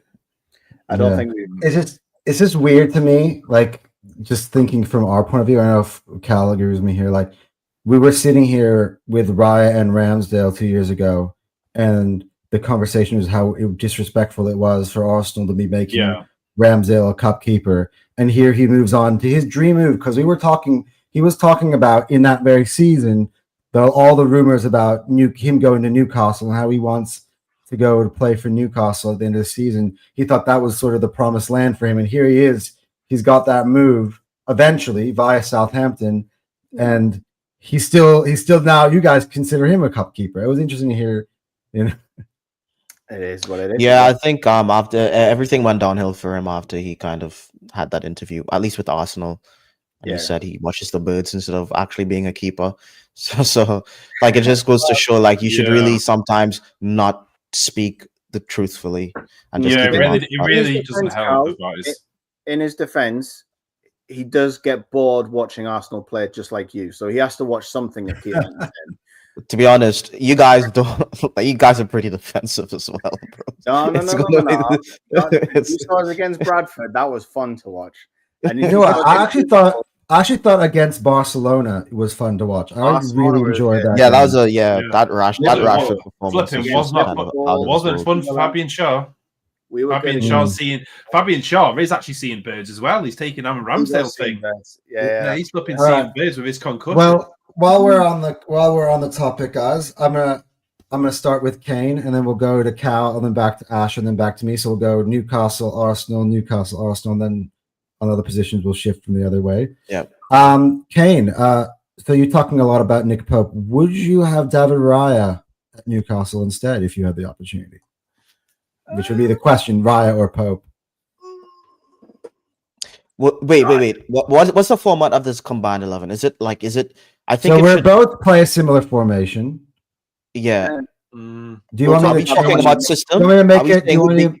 We'll talk about it should be player. No, it's a combined 11. So Arsenal and Newcastle today have merged to make, one club. And we Okay. have an option of what are 50 players Yeah. combined. Okay. Who is the best 11 players that we would be starting? Okay. In goal, I will go with David Raya. I don't think he's as good as shot stopper as Nick Pope, but he's good enough, and he's a lot better with his feet. All right, Cal, I'm guessing you're going to double up down on that. Yeah, I think Raya would be the best keeper in the world if he was a little taller. That's it. No, I'm serious. His reaction times, and we saw it, remember last season against Aston Villa, like his reaction times are actually kind of insane. His positioning is actually really good. And even the Szoboszlai goal, like when you watch the analysis of the goal, it's like, if he was taller, he would have gotten to it. I mean, He's just Nick Pope is like 6'5", 6'6", or something like that. He is a tall mother. Yeah, so it's like, but he's extremely good with his feet. I feel like since Raya's been at Arsenal, it's the first time where I'm not worried about the keeper at all. And I feel so comfortable when he's passing back. When we pass back to him, I don't feel any sort of anxiety whatsoever. And there's a certain comfort that brings that's indescribable compared to how I used to feel. So I think he's one of the best goalkeepers in the world. If he was taller, he'd be the best. I definitely have Raya. All right. Well, that's 2 votes for Raya. What about you, Ash? I think we're all in the same boat. Let's be honest. All right. Yeah. Okay. I'll just look. I'll never ever forget the time when Nick Pope came out and didn't he like flipping spear? Was it Mo Salah or something? He came out and got a red card. I'll just never ever forget that, man. Come on, you gotta forgive. Pre-season in Celtic, where he. All right. Well, now we're going to go from the back four. So Ash says that Newcastle's defense is as good as Arsenal's defense. So let's see. Let's see if you can at least crack two of our back four. But I think we'll go from left to right. Yeah. I think this is one of your places where I think you have your best chances of getting that, because I think Arsenal is not very settled at the moment in this position, because we've got so many players, but nobody really established yet as the clear number one in this position. But I'm going to start with Cal here. Obviously, you got Lewis Hall. I reckon would be the main. Would you guys agree? Would be the main for left back? Yeah. Yeah, but Tino does on the right. He goes on the right. Ash, don't do it. Don't. But if you want Tino in the 11, I mean, because obviously right back is going to be very, very crowded. So you need to include his versatility, though. Well, that's what I'm saying. Tino's on the right. Yeah, Tino is the right, but yeah, he has the ability. So yeah, I would. You see. This is a problem. This is a problem for me. I would have lived under. I would have lived on the left and Timber on the right. See, I knew you would do that, but unfortunately it's Lewis Hall and Tino both getting over Arsenal's. James playing a smart game here, because the minute you put Tino here at left back, you're almost guaranteeing an Arsenal player at right back. Because you say that, but Trippier is still better than Timber and White. Anyway, we haven't gotten to right back, guys. We're not. So go. Sorry, Cal. I interrupted. I would, like, in terms of all the available of all the available fullbacks, I would want Tino at left back if I had a choice. Okay. So I put him. Well, we've got a Tino vote in there at left back. All right. Ash, over to you. Who'd you pick at left back? You would pick Lewis Hall. I'm gonna have to do it in their actual position, so I will say Lewis Hall. Yeah. Yeah. Okay. I had to take Lewis Hall over any of Arsenal's left backs ahead of Calafiori. He's had a good start to the season. Ahead of Lewis Skelly. Ahead of Ian Capier. Would you take Lewis Hall? 100%. All right. For me, it's different because Nkapie hasn't played for Arsenal yet, really. So he's not really qualified, I think, for this conversation quite yet. Lewis Skelly has barely played this season, although he's starting, which is interesting. So you talk about Lewis Hall versus Lewis Skelly. For England, I think that's going to be a long-term conversation we'll have for very many years to come. But again, at the moment, Lewis Skelly's not getting into Arsenal's team. And Calafiori, for me, if we're making a team combine and I have the ability to pick Lewis Hall, I have to pick Lewis Hall,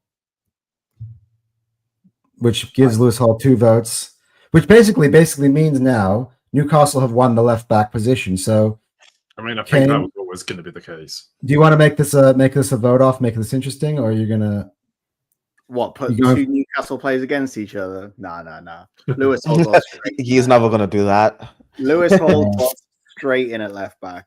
It's criminally underrated, that lad. I reckon. I reckon, and I'm not even joking. If he didn't get injured at the end of last season, he would have been in team of the season over Kirkez. That kid was phenomenal. Bearing in mind he isn't even cracked 20 yet, and he can do all the things that Kirkez can do and defend. He kept Saka quiet. He kept Mo Salah. Like Mo Salah had to come into up front in order to get his goals. He didn't. He kept both those 2 quiet, as well as contributing in attack. He can move into midfield. He can go down the wing. He can do whatever you want. He keeps hold of the ball like no one else, and he can cross the ball. Mate, Lewis Hall is the fact that there is a conversation around England is stupid. It is always and should ever be Lewis Hall. What? Well, no, it is true. It's the reason why, like, everyone said, like, there was a massive debate about the fact that Newcastle have England's future right and left back.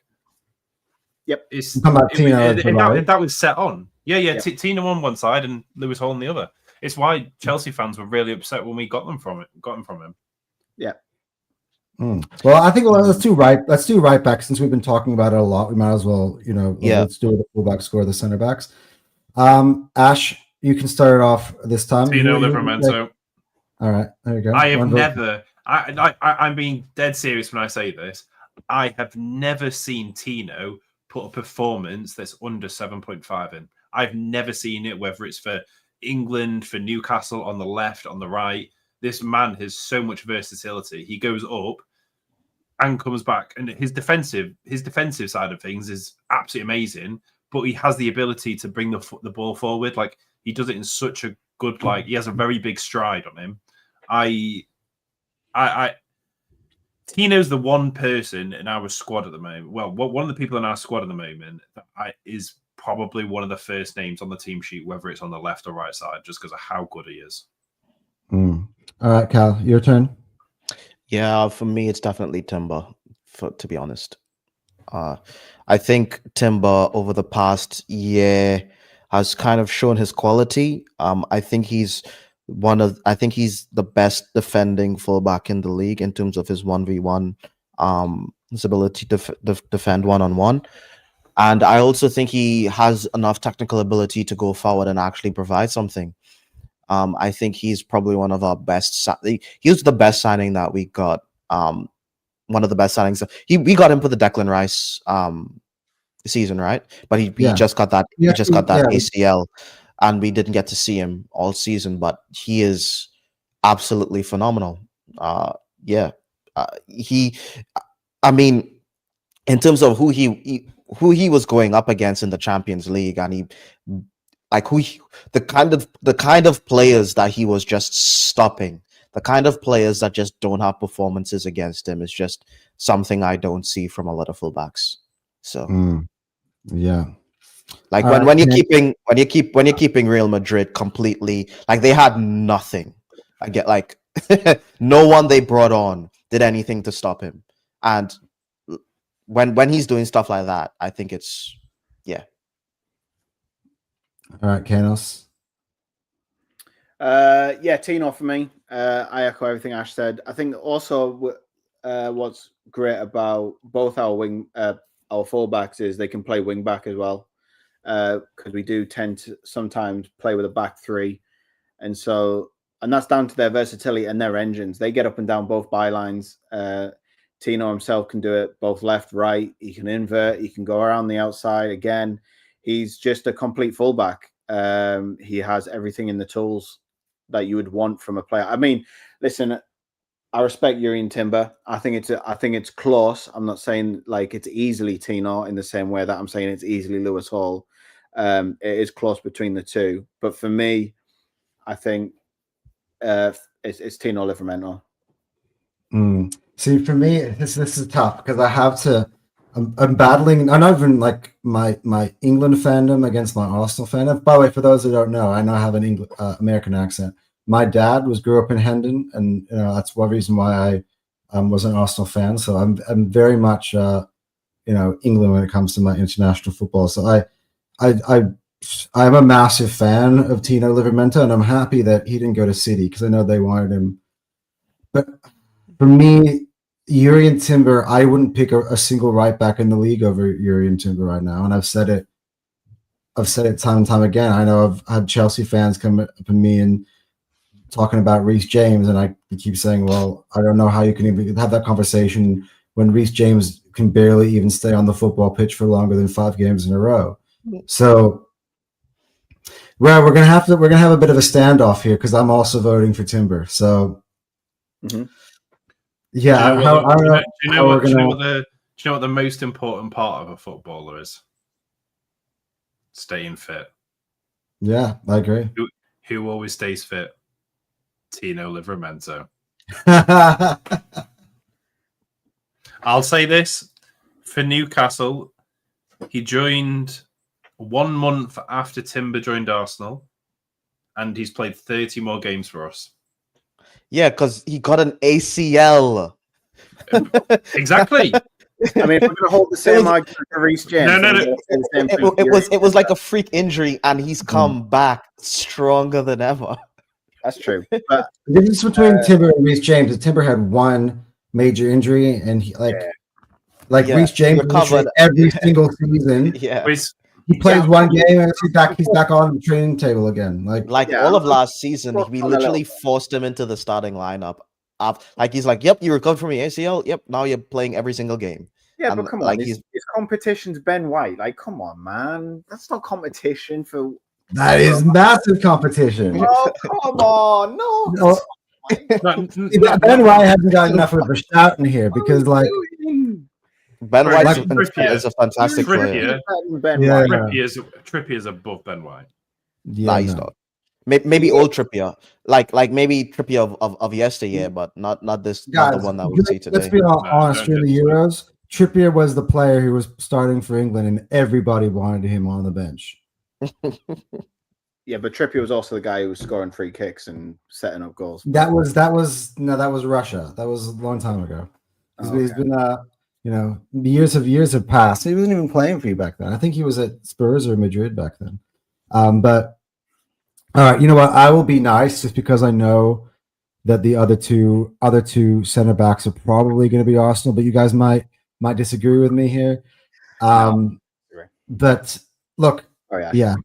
I think I'm going to do just because I'm being a gracious host here.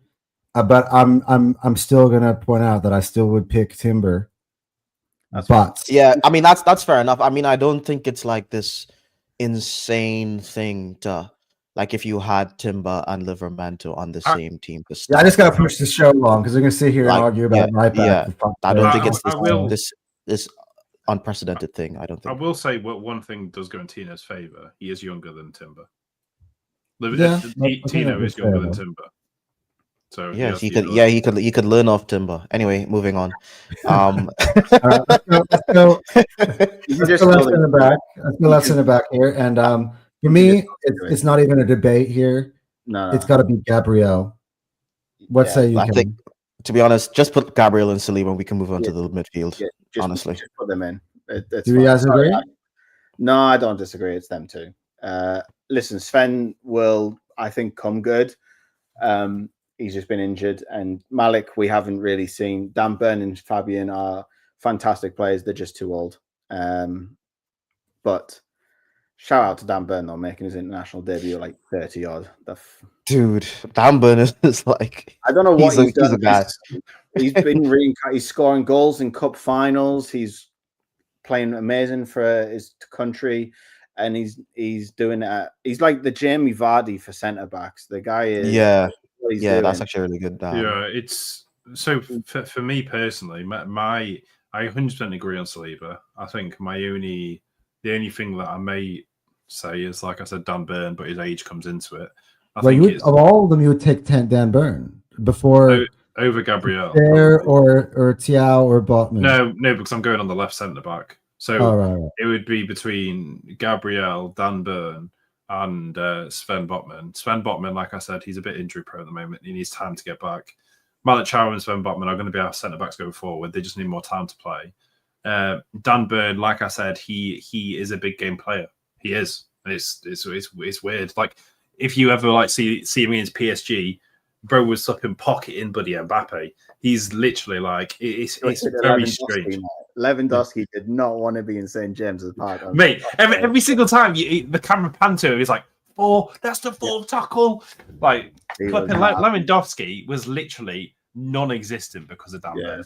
It's these two. For the sake of the 11, it's definitely these two. Yeah, no. I have to agree, especially for that age. But yeah, Dan Burn definitely deserves an honorable mention, though. Right. Yeah, he definitely.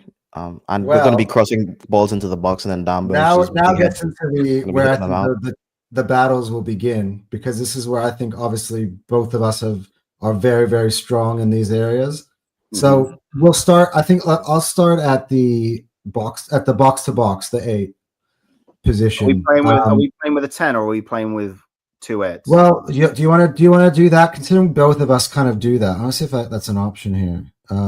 We'll call that 4-1, 4-1-2. No, 4-1-2. 4-3-3. Have you got 4-3-3 holding? There you go. 4-3-3 holding. Here we go. Yeah. All right. There we go. All right, center defensive mid. Then we'll start with, because it's the most natural thing. So obviously, I'll start with Ash again. I know who you're going with, but might as well just go on. Who am I going to go with? You better pick right. You were going to go with Tonali. Sandro Tonali. Sandro Tonali. Hey. He eats spaghetti, he drinks Moretti, he eats fucking Sunderland. Sandro Tonali. Right, anyway, yeah. No, I generally do think it's Sandro Tonali, to be honest. Yeah. Cal? On a real, I do. I would give them this just because Zubimendi is his first season, and I do think I think he's better than Tonali, but I don't think we haven't seen him in the league long enough. So I would give him that. I would give him Tonali. Nah, bro, Sandro Tonali is literally the definition of a Rolls Royce. He is. That phrase irritates me now, but yeah, I know. I think it's been overused a bit, but in the actual sense of it, he is unbelievable, and I'm pretty sure the only reason why we got him was because I think of the gambling. a certain club may have been aware of something that was coming. Yeah, I think that was such a stitch up. Yeah, that was such a stitch up, bro. I think they may have had a bit of an inkling. So we got flipping dealt a flipping bad hand for a whole year for that. But no. he's but like at the end of the day, I'm not going to complain because of how good he is, and the fact we've got him is absolutely. Kane? Oh yeah, I know who. Yeah, he sang the song. You think he sang the song and was going to pick Zubimendi? I know me and Kane had like an hours back and forth about Zubimendi against Tonali and Bruno, so I know exactly who's picking. Oh yeah. Like Sandro Tonali is my favorite player. I don't know how he does it, but I think I feel like we need to do some sort of genetic testing on Sandro Tonali, because I think he's got a spare 2 lungs somewhere. Yeah. Bro's an Italian stallion. God, about 5 Italian stallions. Like honestly, the guy gets around everywhere. He does it all. Apart from like ping balls from. He's not Pirlo. I think the best way to describe him, he's a Gattuso. He can dominate midfields single-handedly. He's everywhere. he harries players. He gets the ball. He's not just a ball win. Like he's not a ball winner. He's a ball getter. In the sense every time I think of Gattuso, I think sometimes maybe good, sometimes maybe a shit. sometimes maybe good, sometimes maybe shit. many more times good. You've also got to put in that conversation. He was compared to the modern day Pirlo. Yeah, but he shouldn't have been. That was wrong. Yeah, he's not going to ping ball. He does. He can pass. He can pass. Don't get me wrong. The guy can pass a ball, but he's not pinging them like Pirlo did from let's say where the CDM position is here all the way through to the striker. It's just one of them ones where people like playing players because they look similar. Exactly. That was one of the main things. It's kind of like when people you compare Calafiori to Maldini. It's just the hair. Like one. It's like they're not the same player. Right. No way. Now that I've seen Calafiori play at Arsenal for a good year and a bit, they're not even the same at all. Like, no, but that's what people said before he even joined. People were saying that. Oh no, that's obviously uneducated. He's like, oh yeah, he's Italian and he has long hair. You know. Yeah. He does look like Pirlo, but he plays nothing like him. But no, he is. He does everything. He can defend. He gets forward. He can make those runs from midfield past the striker and get goals. Like the guy's got everything. I couldn't speak highly enough of the guy. For me, he is a world-class talent, and I can't sing his praises any higher. He is honestly one of the best DMs in the league. I'll still give Rodri his flowers, but right there is Sandro Tonali. The biggest praise I could actually give him is that if Man City were to lose Rodri, he would be the perfect replacement for them. Like he is phenomenal. Well, given the way Isak has now set the set the precedent for Newcastle players being able to scream their way out, maybe he's the next one. He wants to make his move to City. Maybe that would be a lot harder for him, considering we had to spend a year with his gambling ban. So that's that will if it happens and he does do this, that will hurt more than the Isak thing. But for me, I don't know. I feel like he's embraced the City more than Isak has in the short time he's been here. But he's been on walks along Whitley Bay. Yeah, he's with his dog and his. I don't think you'll be seeing Isak do that. But he did. Actually, Isak was photographed in Gosforth with all of his dogs, but we'll not talk about that. Yeah. No, it's photoshopped. All right. Well, I just had to do this because I cannot allow this to be a whitewash, and everybody knows how I feel about Zubimendi. I was so excited to have him at Arsenal. A whitewash? What for the Sancho? No. Yeah, I know. I thought you meant for the. Cal did me dirty here. He went with Tonali. No, he just saw. Because it's like I do rate Zubimendi a lot, but I can't ignore what Tonali's actually done in the league for the past couple of years. You know what I'm saying? Or a year, because he, as Ash mentioned, he was suspended. But but he played for a bit before the suspension. Though. Obviously, I'm gonna have to put Tonali in because the people have voted, and it is Sandro Tonali. But me personally, I am a big Zubimendi guy, and I think that Zubimendi is one of the best number sixes in all of world football, and I feel like when we come here for the return leg at the Emirates, there's a chance we might change that vote. I think by the end of the season, we're going to be changing this. No. Yeah, you're going to start seeing more Newcastle players. That's what you hope. Big Dan Burn on left centre back.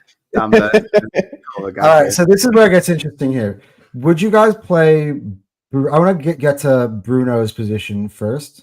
But why are you saying Bruno's position like he's guaranteed in this team? Because he knows that he's there. Don't do that. No. I don't understand. It's the only reason why why I'm saying this is because Odegaard's form has been so bad. It's hard for me to go out there and fight for him. So I don't think we shift players. I think Declan Rice plays at the left center. So we're gonna go Rice v Bruno. Is that what we're agreeing on that? See, I would play Rice at that position. That's his best position. Because the question is, do you do Rice and Bruno, or do you do Bruno and Odegaard, or you mean so it's like different, What? like Rice or gets in Rice this and midfield. Odegaard, or Rice and Odegaard, or Eze. We can maybe chuck Eze if we want to do in this midfield somewhere as well. Like, Well, this is why I asked the there's so question. many options that we've got. I mean, no offense, but Joe Linton's not. Well, let's forget about that. Yeah. Honorable mention, good player, great player. But yeah, it doesn't for me. Like this is kind of why I asked the question, because if we're talking 2-8s in the same way that Newcastle plays, for me it's Rice on the left and Bruno on the right. But if we're talking the way Arsenal play, which is more like you say he's an 8, but he's more of a 10. Let's be real. Then for me it's Rice and Eze. So it depends. That's how I see it. It depends. Because if you're, I don't think Rice is. Yeah, I see what you're saying. Like Rice is the only 8 comparable to Bruno. Oh, can you believe this, by the way? But we're tied. And so far, 3-3.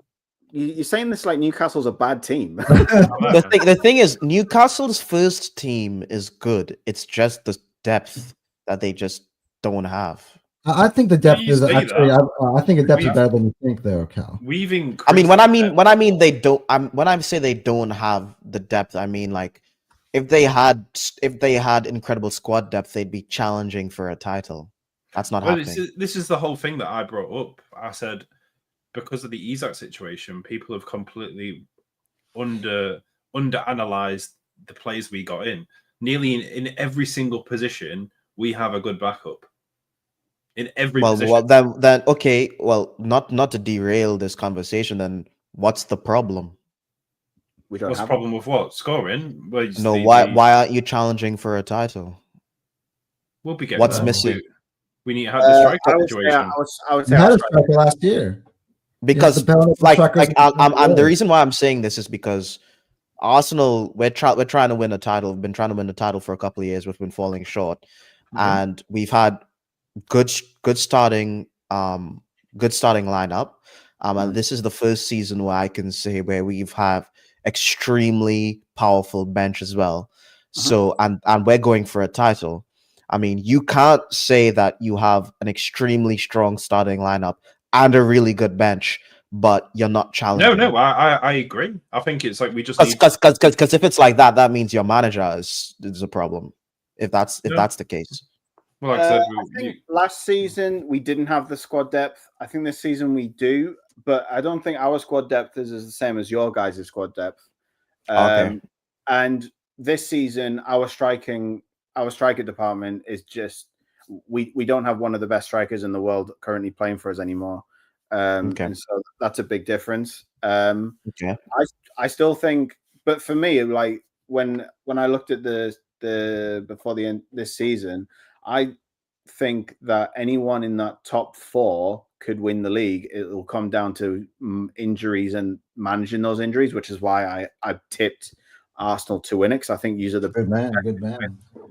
I love how, by the way, Kane has come here on my show and basically spoken my opinion, which is I think is lovely. It's very refreshing. So, I mean, you're still wrong about Zubimendi, but it's fine. We can disagree on that one. But for the sake of this, like I said, it depends how you want to play it. If you want to play a 10 like Arsenal, then for me it's Eze and Rice.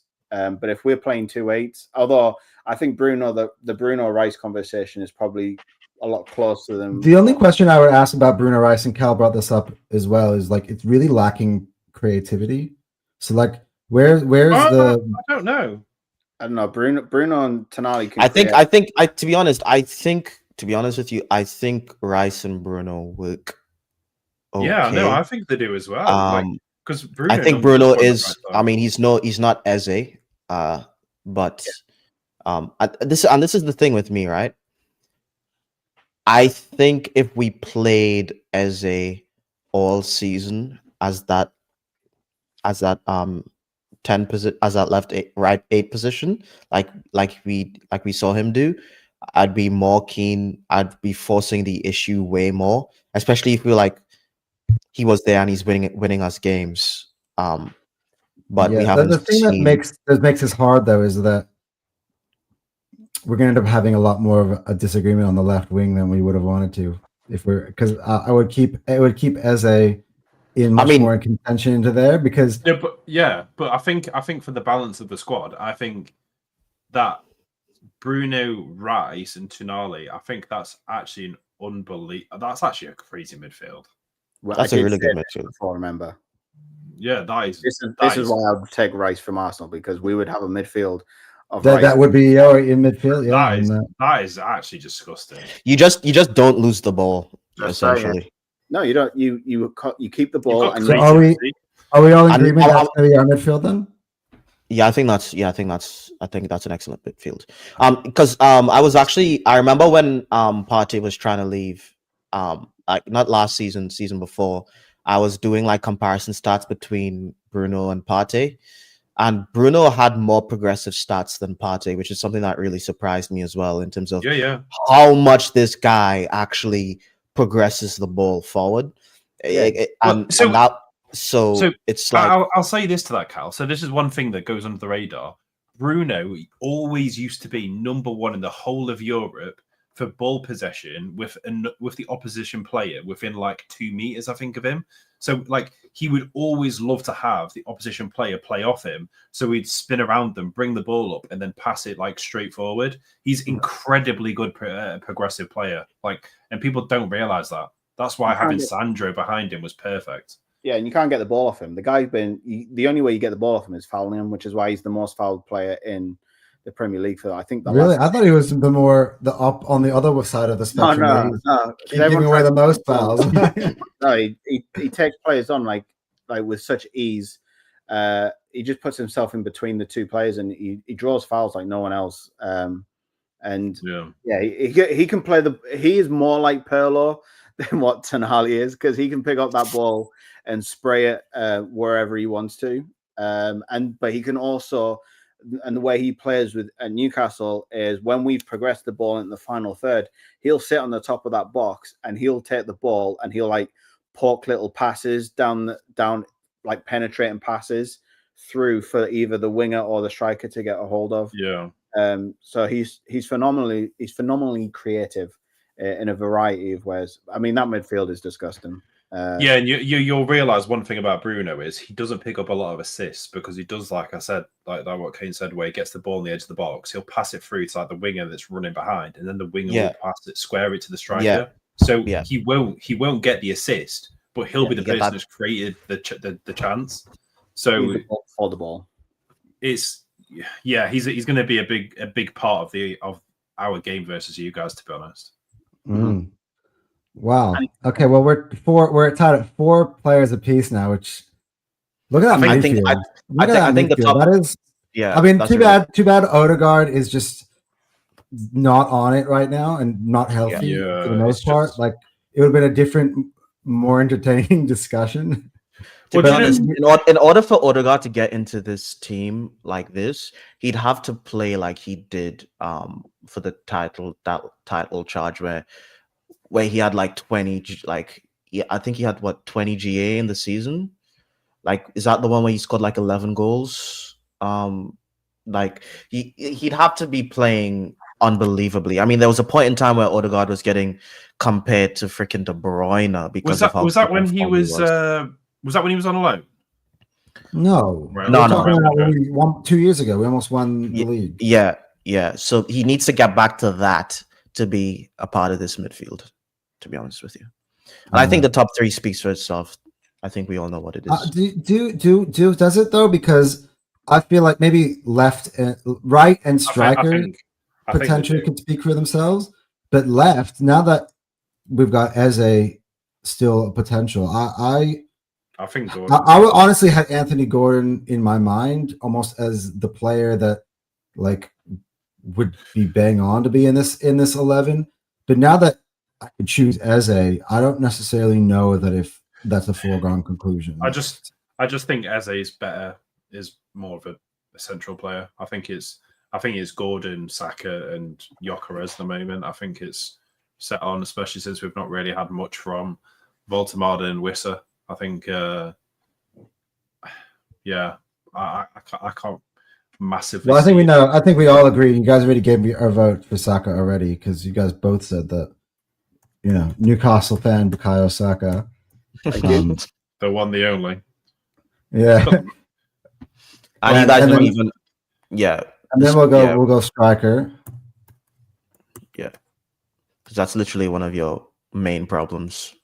Yeah, like I said, if you come back to this at another time, it might be a different conversation. But we need to have. Yeah, we might have like a completely different 11 the next time we play. Like some of our players you might end up getting, and like vice versa. Like there's some players that aren't in form for us at the moment that we could have probably easily have picked players who haven't even played yet. Like I wouldn't be surprised. Like you guys, Lewis Hall got 3 out of the 4 votes. But I'm telling everybody, if Nkapia gets into the Arsenal team and starts playing regularly, I think that's gonna be one of those players that everyone's gonna be like, okay, no, he gets that position.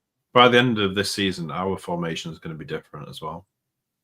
Yeah, with the likes of Jacob Ramsey, going to be a bit more a cam. We're going to have probably Voltemade and Vissa playing off each other. That we might have Voltemade just being the second striker behind him. So I think we're going to have a slightly different formation when everyone's fit, to be fair. And obviously you guys will have that Odegaard being a bit further forward in that cam role anyway. So I've left the left-hand side open just so we can have some bit of a conversation, because I think it's a good one to have, because it's one of our most influential players now in our team and your most influential attacker in your team going head-to-head here. So I think actually, I just put Eze in there. He didn't get a red card. Discipline. See, here you go. This is why I left it open. Yeah, but you've got to remember. Because I put players in here based on this season, right? So one of the reasons I picked Tonali, and Eze was not a match for Palace against Chelsea.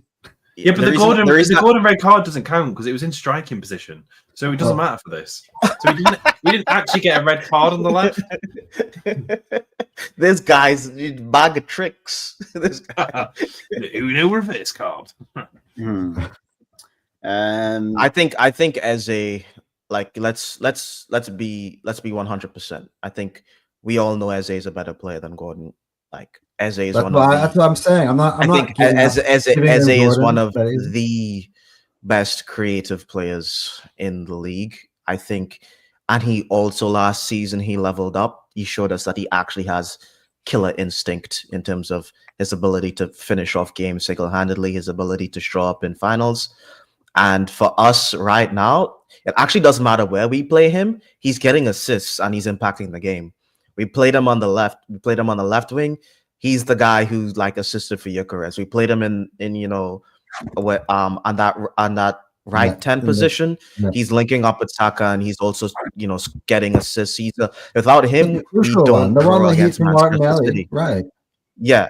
So he is like.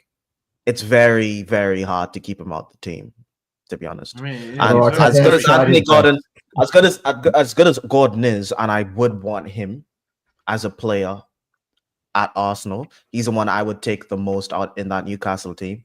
Like based on this team, this formation that we have right here with the available players remaining, it's definitely Eze for me, man. I'm just gonna say 2 numbers. 24, 27. You're going by age again. But Anthony Gordon's 24. Eze's 27. Can I tell you, Eze's 27 is 27 is your prime. Exactly. That's when you should be playing football. That's the worry thing. He's in his prime and he's already the same level as Gordon. Gordon's only going to get better. No one says that Anthony Gordon's the same level as Eze. No one says that. I do. No, I reckon you're a Newcastle fan. I reckon they're on a similar tier. Like I think the easiest way to but how is it? Obviously England, right? So we're picking a World Cup team. Who we start on the left? We start Gordon. We start Eze. Like Gordon.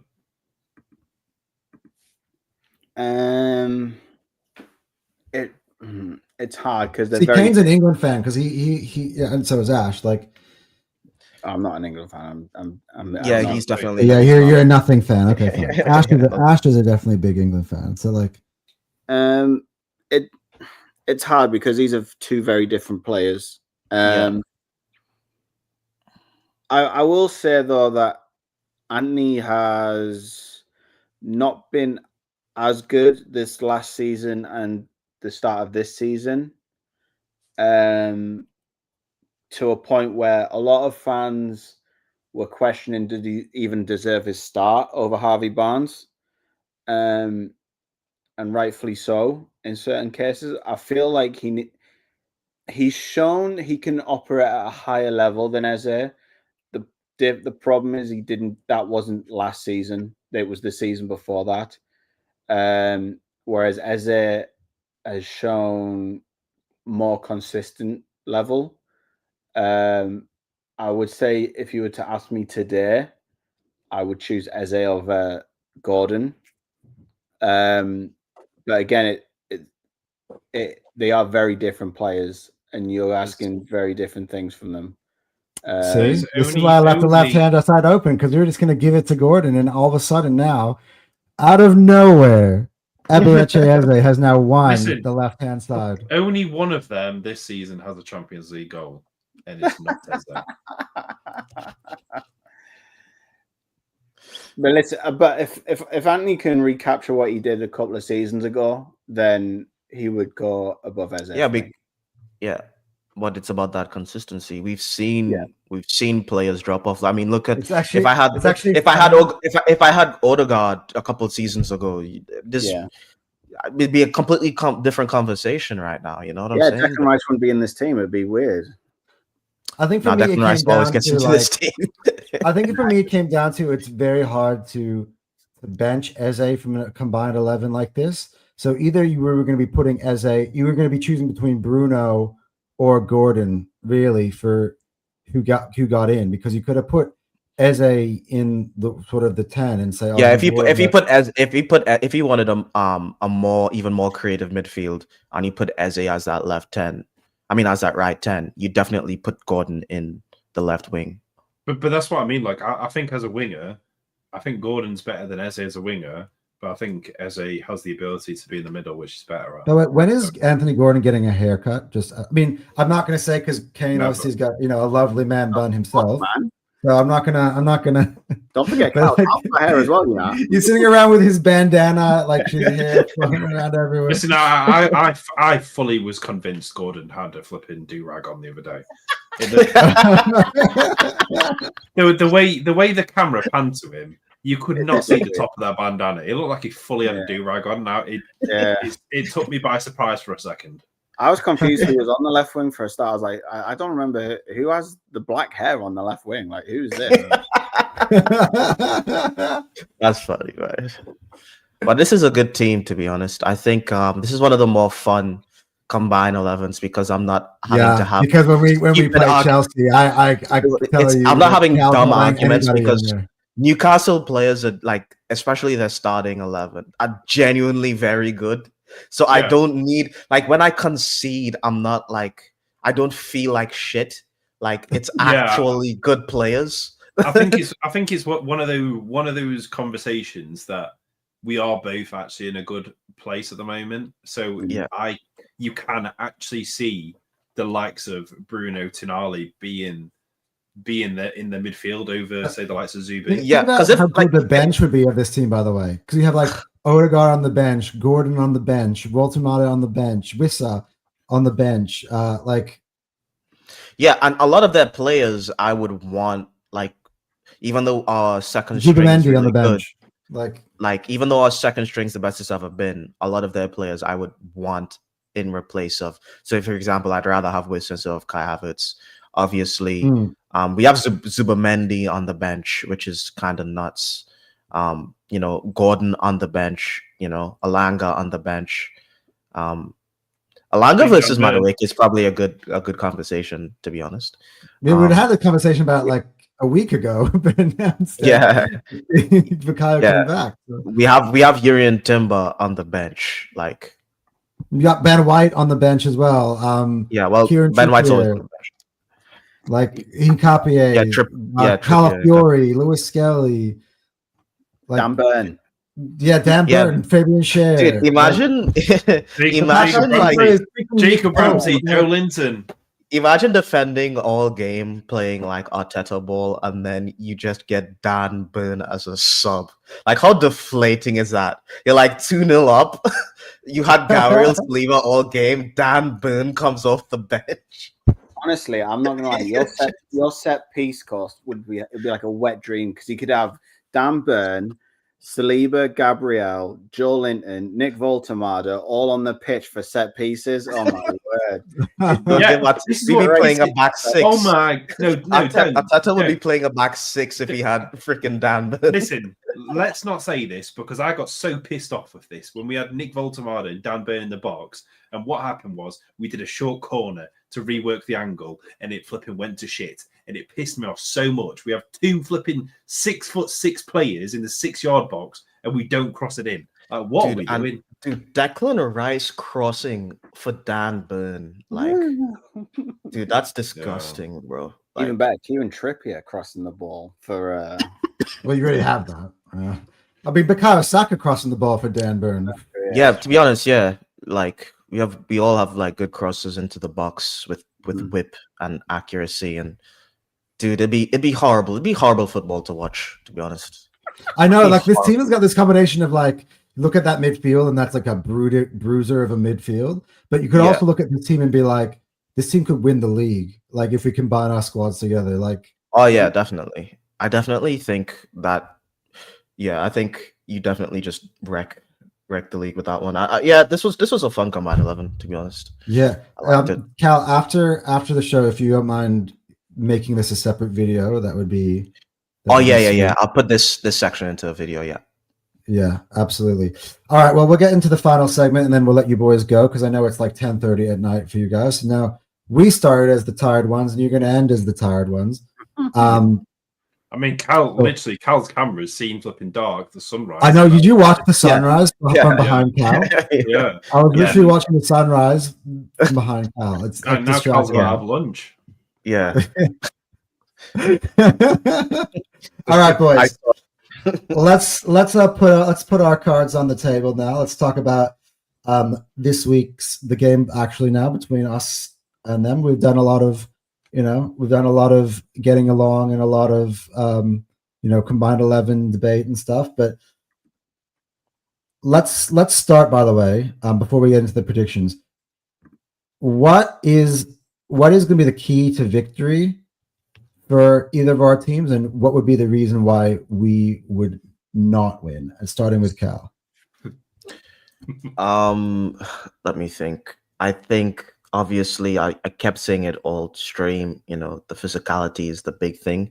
I think not letting that atmosphere get to us, not letting, like, I think we need to quiet the crowd. I think we don't want to fight them. I think we want to dominate possession if we can, because I feel like if we try to fight them in the midfield like we usually do, I think that works against us because it'll just get the crowd riled up. I think it would just make the atmosphere a bit shit. I think Arsenal, I think we should go for the most technical midfield and players that we possibly can to try and keep possession of the ball in a good way. Avoid confrontation, because I feel like if we try to play our usual way where we're trying to, win headers in the midfield all the time and stuff like that, and we're going for duels and Raya's shooting long balls over the top, I feel like that's going to be a bit of a problem, because I feel like that would feed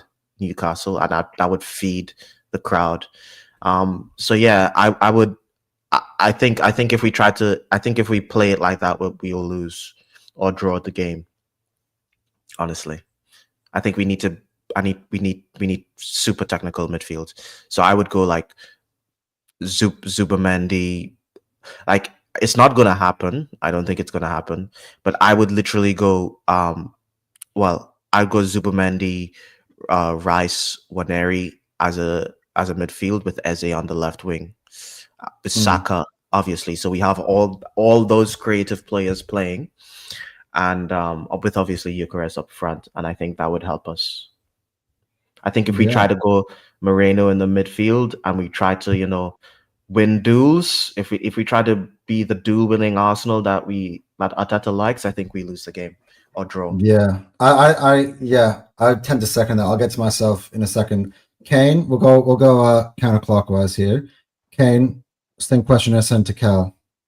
Yeah, so for me, I think the keys to victory for Newcastle, it'll come down to, I think, 2 battles, and I think it'll come down to how your centre backs deal with Nick Voltemade, because I don't think he's not gonna play you like most other strikers will. He's gonna try and take that space between your midfield and your centre backs. So it comes down to how those two play that. Who goes with him, who doesn't. If they don't and allow him the space, I think he's going to cause problems. And then the other battle is going to be whoever plays left back against Elanga, because that is going to be some frightening pace that I don't think they'll ever see. If it's Calafiori, I'm even more excited about that, because I think he's going to be too caught up in the midfield to notice that there is this lightning fast dude running past him, and I think we're going to stretch you back 3 at that point. And I think we get. And actually, to be honest, that is the part that I'm probably most nervous about. That what you just explained just there. Yeah. So yeah, it'll be a combination of how you handle Nick dropping into that hole and sort of vacating that sort of striker position, and how you deal with Elanga on the right. I feel like Jurrien Timber should be fine with Anthony on the left, but you never know. And in terms of what I'm worried about, kind of what Carl was saying, in terms of if you are able to just keep the ball and pass around us.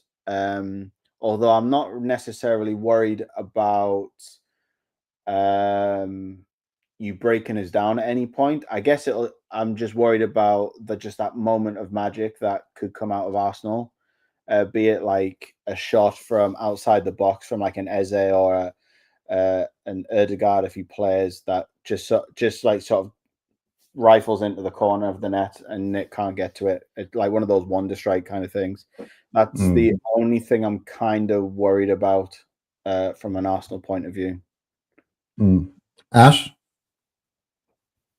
Yeah, I think I'm inclined to agree, because you guys normally have a fairly high line and stuff, and it's how we kind of exposed Barcelona, especially in the first half, that we held the ball sort of about halfway, and then Elanga just shot past into the other half, and we could have scored 3-4 goals in that first half against Barcelona if we had an actual centre forward there instead of Anthony Gordon being that false 9, whereas Nick Voltemade will be that person. So I would be incredibly worried if I was Arsenal as Calafiori against the likes of Elanga, and then having 100%. Everyone's right on Calafiori. Everyone. Yeah. So it's I wouldn't start Calafiori. Same. I'd actually prefer Lewis Skelly for this game, but I mean, I think you have to. I don't know if the manager is going to do it, but I think you have to. I think you have to have Lewis Skelly on, because even with and I'm not trying to be disrespectful to. No, you don't have to. Dude, I've given you the license to do it. When I'm talking about pace, I'm talking like freakishly. Like, I'm fairly certain Elanga could compete in the 100 meters at the Olympics. He's fast. He got 100. He got 100 meters in like 10 point something seconds. Yeah, like, so I don't care who you're putting at left back, be it Calafiori or Miles Lewis Skelly. You're gonna have, if you're playing a high line, then it'll be okay. We'll just play the ball over the top, and Anthony Elanga is going to be there. So it comes down to positioning, which is why I don't know if Miles Lewis Skelly. I think Miles Lewis Skelly has the same problem, because I think he likes to come into midfield as well. He can defend out wide, but not at the halfway line. I mean, you just remember that Miles Lewis Skelly literally took on Rodrigo over 2 legs and shut him down. Oh, but Rodrigo isn't as fast. That's not the problem. It's I think the problem is in his pace. Before you even get to like turn your body around halfway, he's already kind of belting down that side. And it's a problem because if it was on the other side, it would be fine because it would be Timber. I think Timber can handle that. But all our left backs are these. Oh, but we have that option, by the way. We totally have that option because White is fit. Like he played. If you're playing Ben White, then you have the same problem on the left then, because Anthony Gordon is not as fast as Ben White is a lot quicker than you give him credit for. He's not Anthony Gordon fast. He's got great recovery pace. He's not Anthony Gordon fast. Anthony Gordon, to be honest, even if Alanga does get ahead, I'm still more worried about Gordon than I'll still keep Timber on that right hand. Yeah, when I'm talking about Alanga though, I'm not talking about like if we're on the edge of the box, Miles Lewis-Skelly will mark and defend Alanga out of the game, no problem. I'm talking about on the halfway line. If you guys are pressing, if your guys are on attack, and Miles Lewis-Skelly comes into midfield, then and we break on you, that's the problem for Arsenal, because with half a pitch in front of him and space, you ain't catching Alanga. I don't care who you've got out there. You're not catching him. And that's one of the keys we've got to beating us. Yeah. So for me, the thing is that way I see it, I can go one of two ways, and they're very extreme for me.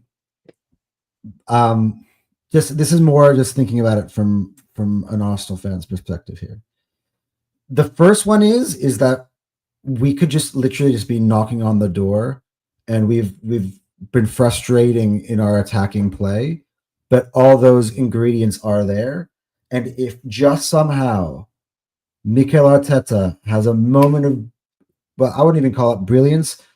I would say it's a moment of just, regular thought process, like common sense. We could put out a really good lineup that could cause you a lot of problems, that has creativity and speed and clinical edge everywhere. And in that case, I think, as I said, even on the terrace last week, there's a possibility where all of a sudden Arsenal can click into gear, and we can let our frustrations that has been building up over the last few weeks in terms of the top on the top of the bin or the can, like, coming off. But they also could be to the exact opposite side of the spectrum, where Mikel Merino starts and we got nothing again in midfield. And if that happens, you're playing directly into your hands. And I can see it happening too, because he might like Mikel Merino, as Cal has alluded to as well, for more of the physical side of the game. But in that case, you're losing your head in terms of what are we trying to achieve here, which is ultimately create chances, win football matches, rather than getting into a wrestling match. So, and then now as I'm speaking, it's like, well, we can easily see this game going 0-0 too, because, for instance, what was the difference in the games last year between us and you? Alexander Isak absolutely killed us. And that threat of Alexander Isak is no longer there. And so it's interesting. By the way, the year before that, how many goals did Isak score against us last year? I would say one. The first one was 1-0. Then didn't he score a brace at the Emirates? No, he scored one. Gordon got the other. Yeah, that's right. Gordon got the other. Then he scored the one in the return leg as well. Nope. That was Jacob Murphy and Gordon again, I believe. Okay. Oh, okay. Yeah, right. Murphy and Gordon. But again, a lot of that stuff, though, was as a result of Isak's ability to get in behind us. For some reason, Isak... There was one of Isak... what we're thinking about is the one that was it was ruled out. Yeah, Isak where he just... And, that's still in my memory, dude. I've never seen my centre-backs like that. Like, it's very weird when you have like such a good defensive pair and they keep pretty much everyone quiet, and to see someone kind of body them, to be honest. Like, even Haaland's goal, it's not like that happened last week. I feel like that's not my centre backs' fault. It's not like they're not getting like destroyed on their own. Whereas that Isaac, like just the fact that I felt like he just did it by himself, and that was a scary part. Well, yeah, that's why, because he did what I was saying Nick might do, which is he didn't try and go up against either Gabriel or Saliba. He dropped into the sort of 10 role, and neither one of them knew where to go with. And then, but when one did, he then would go behind. So, which I don't know if Nick will do, but you never know. Which is why it's probably a key battle. See what they do and how they play him. And he essentially plays as a false 9. All right. Well, we're almost coming up to 3 hours, so we're gonna have to wrap this show up. Can we get a score line prediction from the peer? I was gonna actually ask a different question, but I feel like we already kind of answered, which is like, what do we fear the most from the opponent? But I feel like we've actually answered that naturally throughout this conversation. So can we get a score line prediction for Sunday? I'll start because we'll go clockwise this time. Yeah. See, I usually keep a clean sheet, but I think St. James's Park has got a goal in it, like in terms of from them, for instance, for sure. I'm going to go 2-1 Arsenal. And I think we're going to win it at the end. I think it can be like maybe an Eze free kick or something like that. I don't know how I see it. Yeah. Ash. 3-1 Newcastle. It's going to be a comfortable game. And you're only going to concede because after a couple of goals, we end up like losing a bit of focus. And you'll get the goal. We'll score 2. We'll lose focus. You'll get a goal back from a super sub Martinelli. And then you know what? That bet is on at the moment, isn't it? And then we'll have Jacob Murphy absolutely slap it top bins. 3-1 to the 2. I mean, dude, it's after 10 p.m. He's already dreaming. Anyway, Ken? 1-0 Newcastle. I think it's going to be very cagey.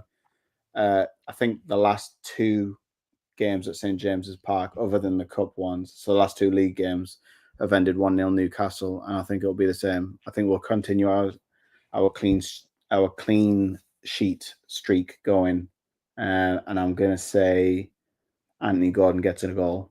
Well, it seems like that's something that we were just talking about before. Has been happening all the time against us. So yeah, he does like to score against Arsenal. Yeah. Cal? Okay. 0-0. I think it's going to be a stinky game. I don't think any team has shown that they have enough potency in attack to do anything against basically almost like number 1 and number 2 in defense. You guys have a striker problem. We have a creativity problem. I can't see this being like a game where a lot of goals are scored, even if I think 1 goal might separate the teams. But based on what I've been seeing so far, I think it's going to be a stinky 0-0. I think I'm going to see Marino in that midfield, and I think it's just going to be fouls, annoying things, loud noises, people crowding the ref.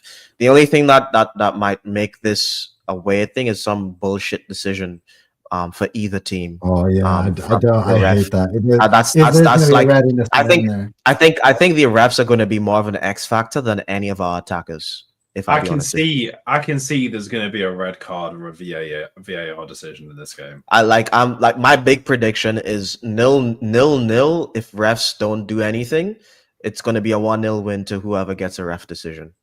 It's not going to be creativity. Or whoever's allowed, the ball goes out of bounds, and they're going to say that it's stayed inbound. Let's be honest. Like, I can't. This game's going to be spicy, and the refs just don't know how to deal with it. They don't. Yeah, I've not seen who the ref is, although I don't really pay much attention. Arsenal's been pretty well disciplined though so far this season. Yeah, we haven't kicked the ball away. So, it's Jared Gillett, and he's already given a red card in the Premier League in 3 games.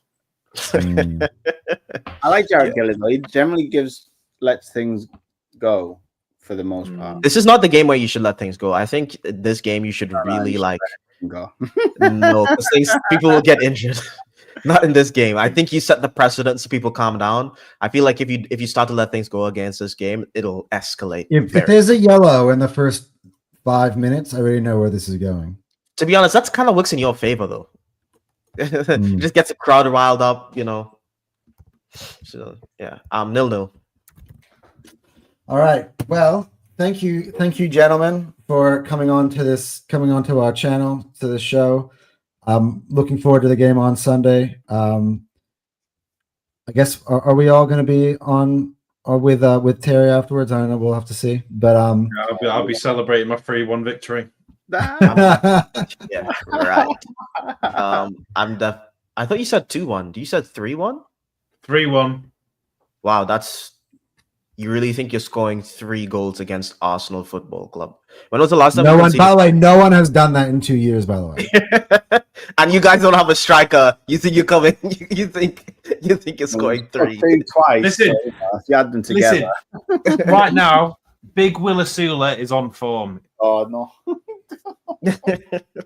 And so Big Joey. He's taken off one goal off the Bradford City score, and for his match against Arsenal. Tell you what, if we win 3-1 and Willisula scores, then Arsenal aren't winning the league. No, I would even me. Yeah, I would agree with that. I think if we lose 3-1 against Newcastle at this point in time, I think they were having a real conversation. You will see. You will already. Terry would have like 100,000 views. Like it'll be the head loss. The meltdown will be for real. Oh man, I will enjoy it as well because if we win, and if that happens, I'm gonna wear like 8 Newcastle shirts. I'm just gonna keep on. I can tell you, if that happens, there will be 6 Chelsea fans backstage on the terrace. Yeah. Whether they win or lose their game, by the way, doesn't matter. Anyway, on that note, guys. By the way, sorry. It's been almost 3 hours and I didn't use these magic words. Guys, make sure you're liking and subscribing to the channel. Oh my God. It took me 3 hours to say that. Big up Kane and big up Ash for coming on. Obviously, given the time difference, you know, me and Cal are filming this at 5 a.m. now, 8 a.m. And they went from 8 p.m. to now 11 p.m. So it was a lot to organize this, but I'm happy we were able to get it done. Yep. This was a fun stream. It was definitely a fun stream and worth the 3 hours. So for anybody who's watching it, you'll definitely maintain the entertainment throughout. You can get lost in it if you're at work, you know, throw those headphones on. Yeah, but guys, we're out of here now. Take care, everybody. Anton, Cal, Kane, and Ash out.